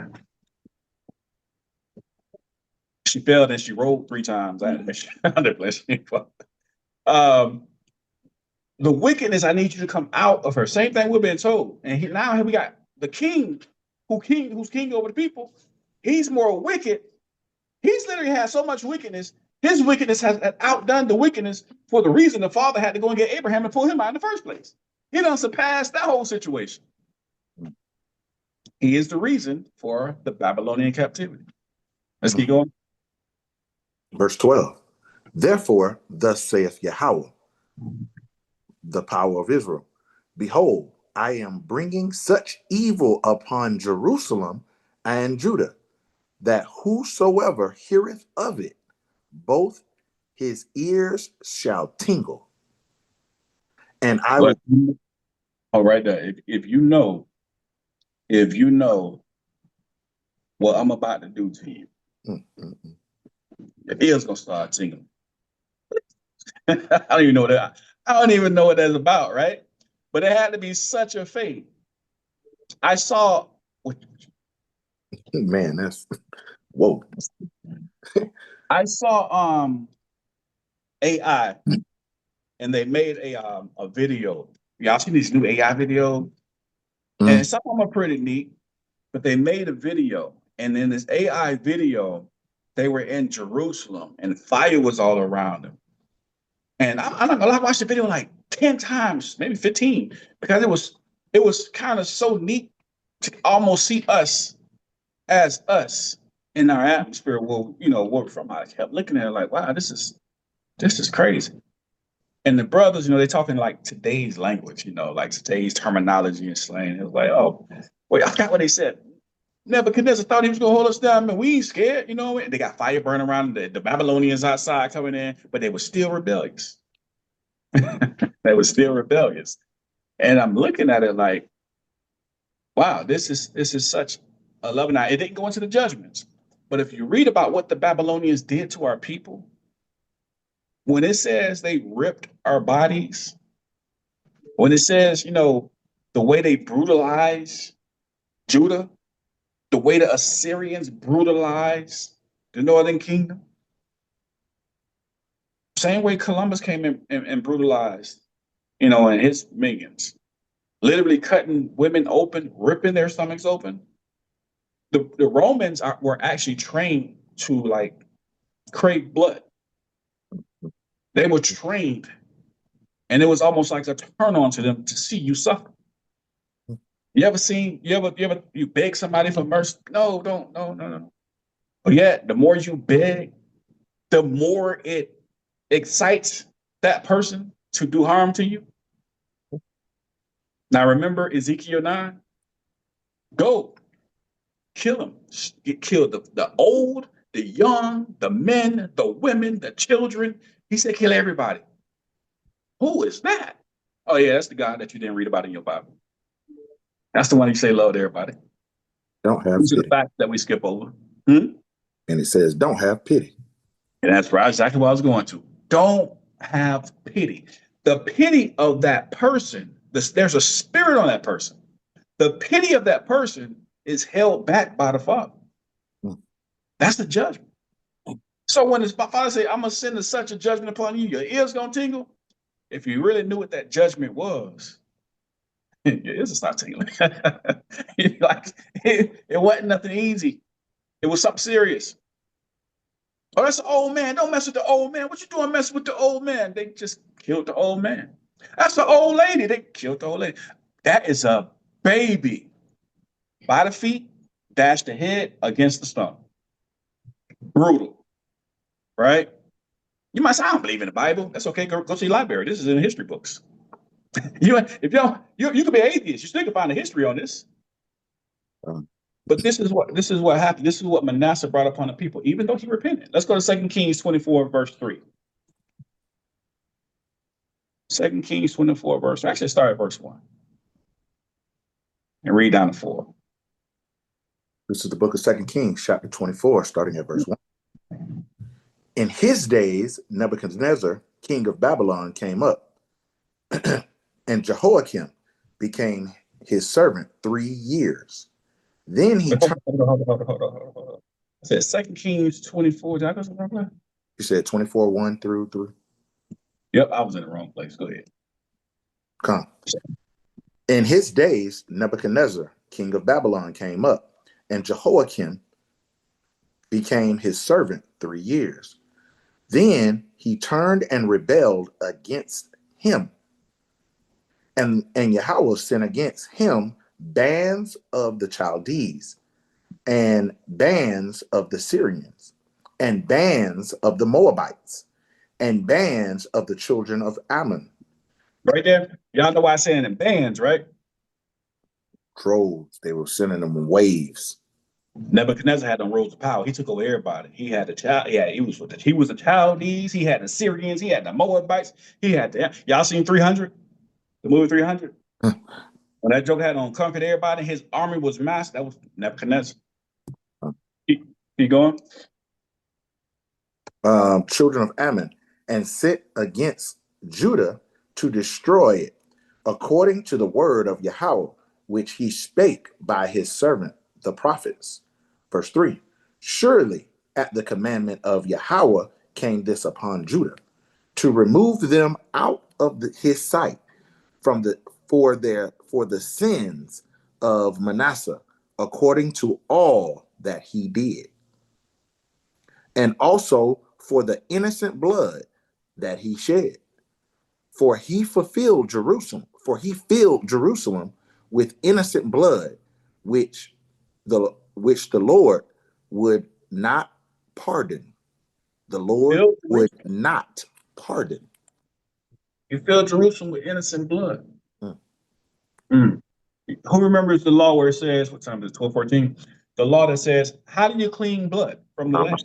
Numbers 33, 32, 30, 34, 34. Okay, 35. Did you get that real quick? Blood cannot be cleansed.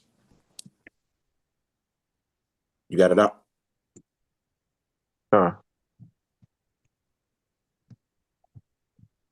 And it reads, this is Numbers chapter 35, verse 33.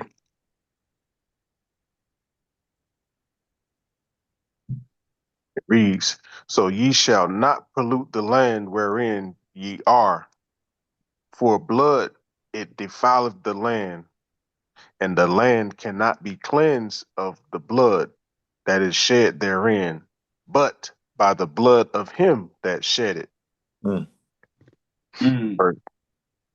Verse 34. So Christ came, right there. So Christ came. Christ had to shed blood. He had to shed blood according to the law of God. And people don't realize everything Christ did was according to the law. Like everything that you don't even really think about. Oh, yeah, well, he got crucified. Well, that was according to the law of God. He was Passover. That was according to the law of God. Christ was so in tune, or is so in tune with the Father, it's beyond our understanding. Right? But what we do understand is his sacrifice is the reason we're able to sit here and look back on the history of our forefathers to see what they did so we can know not to do the same thing. All right. All right. We got a lot more to go through. We're going to pause right there. It's 12:16. If there's any confusion, definitely go back, review the notes. Because as you see, when we started with Egypt and then we went to Assyria, well, now we're in Babylon. These captivities are just building off of each other.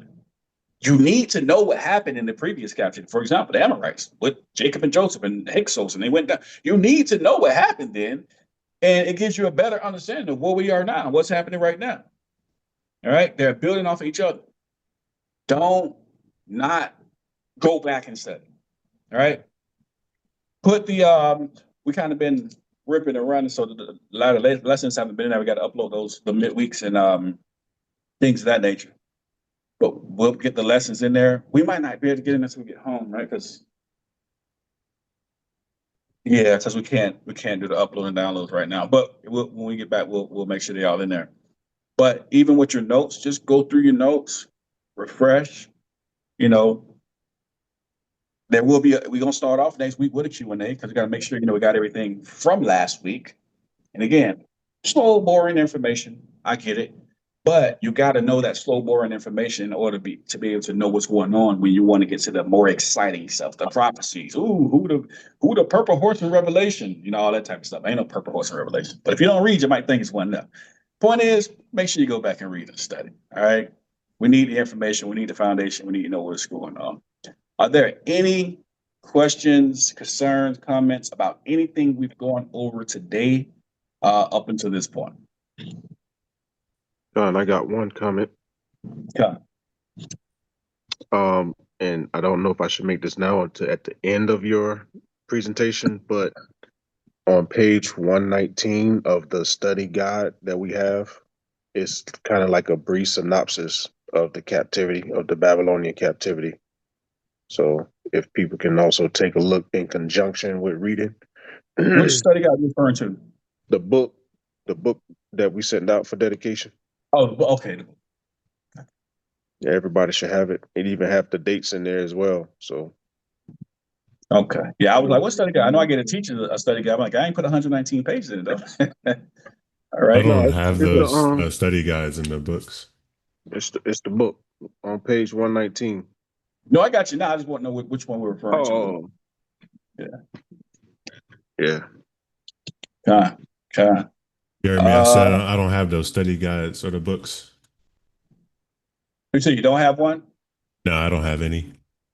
Well, yeah.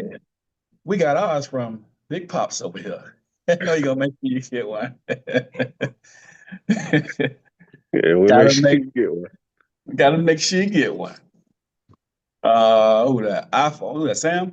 Yeah, so I got Janice wanna go ahead and ask you a question. We're Hi. not taking questions. We're not taking questions. It's past 12 o'clock. You can put it in the chat. I'm holding my brother down. You can't ask no question right now. You can't ask no question. All right, Tate. Sam, you can't ask no question right now, Sam. I'm sorry. You got to put it in the chat, brother. Y'all tell my brother I was holding him down. Oh, okay. Well, we're gonna tell Tavy just a real quick question. No, Just let it slide. No real quick question. You got to put it in the chat, brother. God bless you. We love you. Yeah, But you're gonna put it in the chat. Huh? Yeah, send it over, and cause we over on time. We gonna put it in there and Make sure he send it has over access and to the chat. read Though. it. You in the chat, right, Sam? I know he's in the brotherhood group. Are you talking about the Q&A? The Telegram? Yes. Nah. Well, go ahead with the question then. We'll just go grab it real quick. Then So maybe. Go ahead, ask your question. Okay, so I'm like new to the Bible stuff. Sam brought me in. But I'll pray. Now, Sam, you could have said it was somebody else. I was gonna be hard on you. So I'm confused with God. The 10 Commandments saying like thou shalt not kill. And Sam always tell me we're supposed to be an image of him, of God. So I'm kind of confused on how you gonna tell me like thou shalt not kill, but I'm reading and listening. It's like he's a God of war. You're killing and trying to tell me what not to do. Am I supposed to be an image of you? Okay, so here's the simple answer to that, right? What you're reading, I'm going to go out on a limb and guess you're reading all English text, right? Yes. Do you know what that English text is translated from? No. The Hebrew. The portion that you're reading and talking about right now is translated from the Hebrew. Remember, you're reading a translation. The original words do not say don't kill. It says thou shalt do no murder. There's a major difference in that. Killing and murder. Let me give you an example. If somebody broke in your house right now and they was finna kill you, Sam, the baby, everybody, and you had the gun in your hand and the opportunity to defend yourself, what would you do? I would kill him. You're gonna shoot him, bang, right? Now, if the police showed up, would you go to jail? Well, in America, maybe. But realistically, in a fair society, if the police show up, are you supposed to go to jail? No. Why? Because it's self-defense.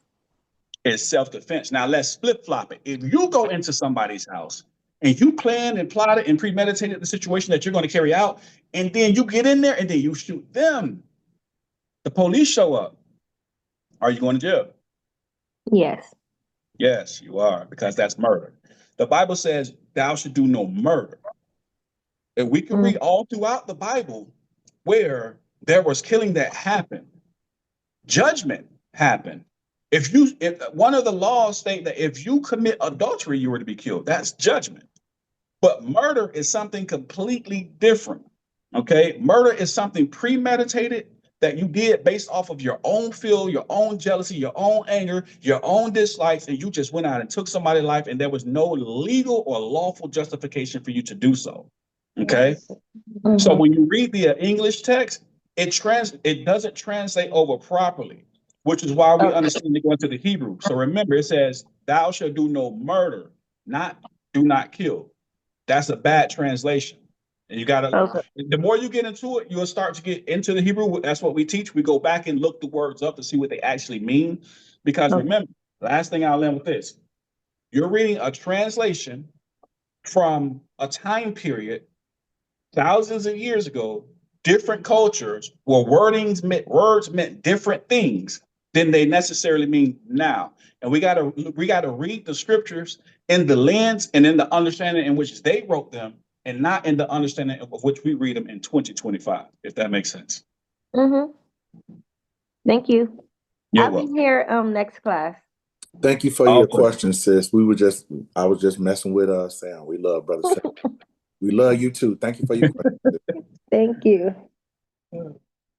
We gotta get Sam in that chat. I gotta put you in that chat too, Sam. I didn't know you was in. I thought he was in the Brotherhood though, for sure. Yeah, he should be in there. I thought he was in there too. But I get you in there, Sam. All right, definitely. All right. Well, we're gonna stop right there. We got Taylor Jr. on the line, and he's serious. He can't play. We got announcements. If y'all got any questions, again, just make sure you go over, recap the lesson today. Even if you don't sit down for a whole hour, 2 hours recapping, it'd be great if you did. But even if you don't, at least recap, refresh. You know, even if it's midweek sometimes or Thursday or Friday, recap it, refresh it, so you can be ready to go next week, because you have to build on the information. Like, it's going to be building and growing. And once we get so far in, we're kind of already far in, but we get further in, you're going to be confused and lost. Like, oh, what this mean and what that mean? Because you haven't, built that foundation that you need. As you see, the Amorites, we in Babylon talking about the Amorites that was way back in Genesis in Egypt, right? So it's building off each other. All right. So I'll end with that. Fire And class. Fire class. All praises, all praises. We got any announcements? Shalom, everyone. Welcome to all the newbies. And today's having class. Are we still having the men and the children today? Or?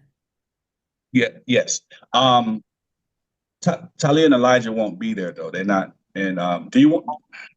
That's gonna be a few kids missing today, isn't it? It is. Yeah, we forgot to let you know. We like out of town and everywhere, which is kind of why it's lucky about the new moon. We lost track of time and everything. I didn't realize it was 9 o'clock. So that's my fault. I know that Selwyn kids are not with him today. Talia was supposed to present with Natea. I know Natea is ready to present the 5-minute or less, the Ono character. So, and if so that means that Larry's not going to be there, and then Norris, Elijah, and Talia, right? Yeah, they're all not here. Okay. So are you still having the men's then? We can still have the men's. I mean, you can still have I'm not saying don't have it. I just want to update you so you know. Okay. We're still gonna have the men's though. Okay. So then we'll have, because I know they Yashar's son wanted to join in today, so we want to welcome him. So we just do a quick, and then Natalia could present, because Natalia is ready to present. So I want for Natalia to have that opportunity to present for her project. So let's have a quick children, and I won't do the lesson itself, just because there's a lot of ones missing, and the topic was for worship today. So I wanted for them to understand that. So what I'm going to do is just have a quick one for Natalia to present. Welcome Joshar's son, and then that's it. And then that will be quick. Okay. Now, how do you see fit to run it? Okay. All right then. So the men's at 2 p.m. Please be on time for the men's. Children at 3:30 p.m. Just a quick review. And just a quick reminder to continue to put the money aside for the feast of Passover 2026 is still going on. So please, continue to put that money aside, or whatever it is you can to put besides the $50 or whatever was put aside, or whatever's on your budget to put aside for that feast. However you want to do it, that's how your budget fits. So make sure that you continue to save for that. So we be ready for the expenses for the house and everything else that is being acquired. So, and then that's all the announcement for today. All praise. Again, welcome to everybody who's new. AJ ain't new no more, man. He's part of the body, man. That's part of the family. He ain't even new no more. But welcome to everybody who's new. If y'all got any questions, concerns as well, feel free to ask. The teachers are definitely will reach out, get those questions answered. We got a Q&A chat. If you put a question there, sometimes it could be a day or two. We pretty much get back. We try and get back quickly, but We try and work with the time that we have, but if you do have a question, make sure you put it in there, or you can make a phone call if need be, but we, want to make sure we can get all of your questions answered, because that question that the sister, I forget her name, that she just asked, that's actually a good question. And it's a very common question. Okay.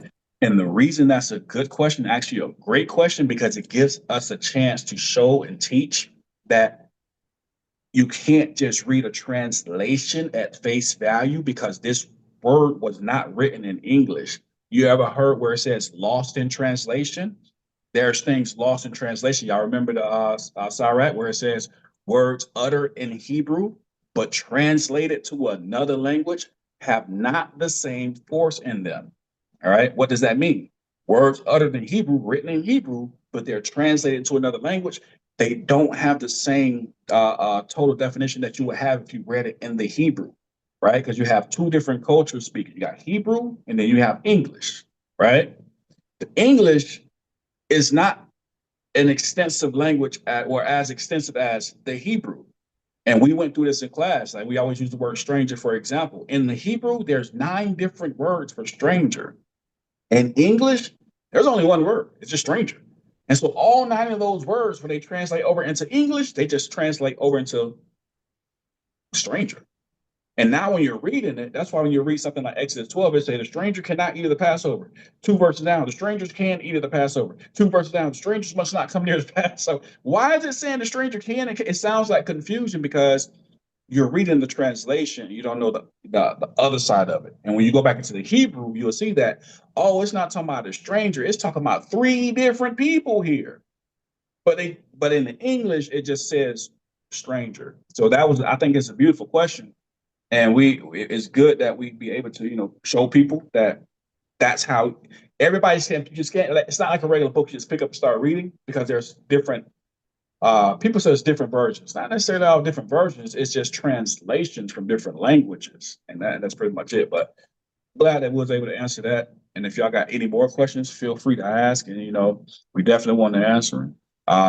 And the brothers, man, and they good about it. They be on point with those questions and answers. So if y'all need help, we here. That's all I got. If we ain't got nothing else, I guess we can face the east. Great class. All praise. All right, everyone. Sisters' heads covered, brothers' heads uncovered, hearts and minds in the Most High, please, and face the east. Dear Heavenly Father, we thank you for another day. We thank you for this lesson. We thank you for opening up our eyes and understanding to the consequences of faulty actions, Most High God, the consequences of sin. We pray right now, as we see what happens when we stub our toe, that the ripple does not stop with us, but it can affect our generations to come. I pray that we may learn from our mistakes. I pray we may see and understand that you are God and that you are King. We pray all these things and more. In Yahweh name we pray. Hallelujah. Shalom. See y'all at men's group. Shalom. Shalom. Hallelujah. Yeah, shalom.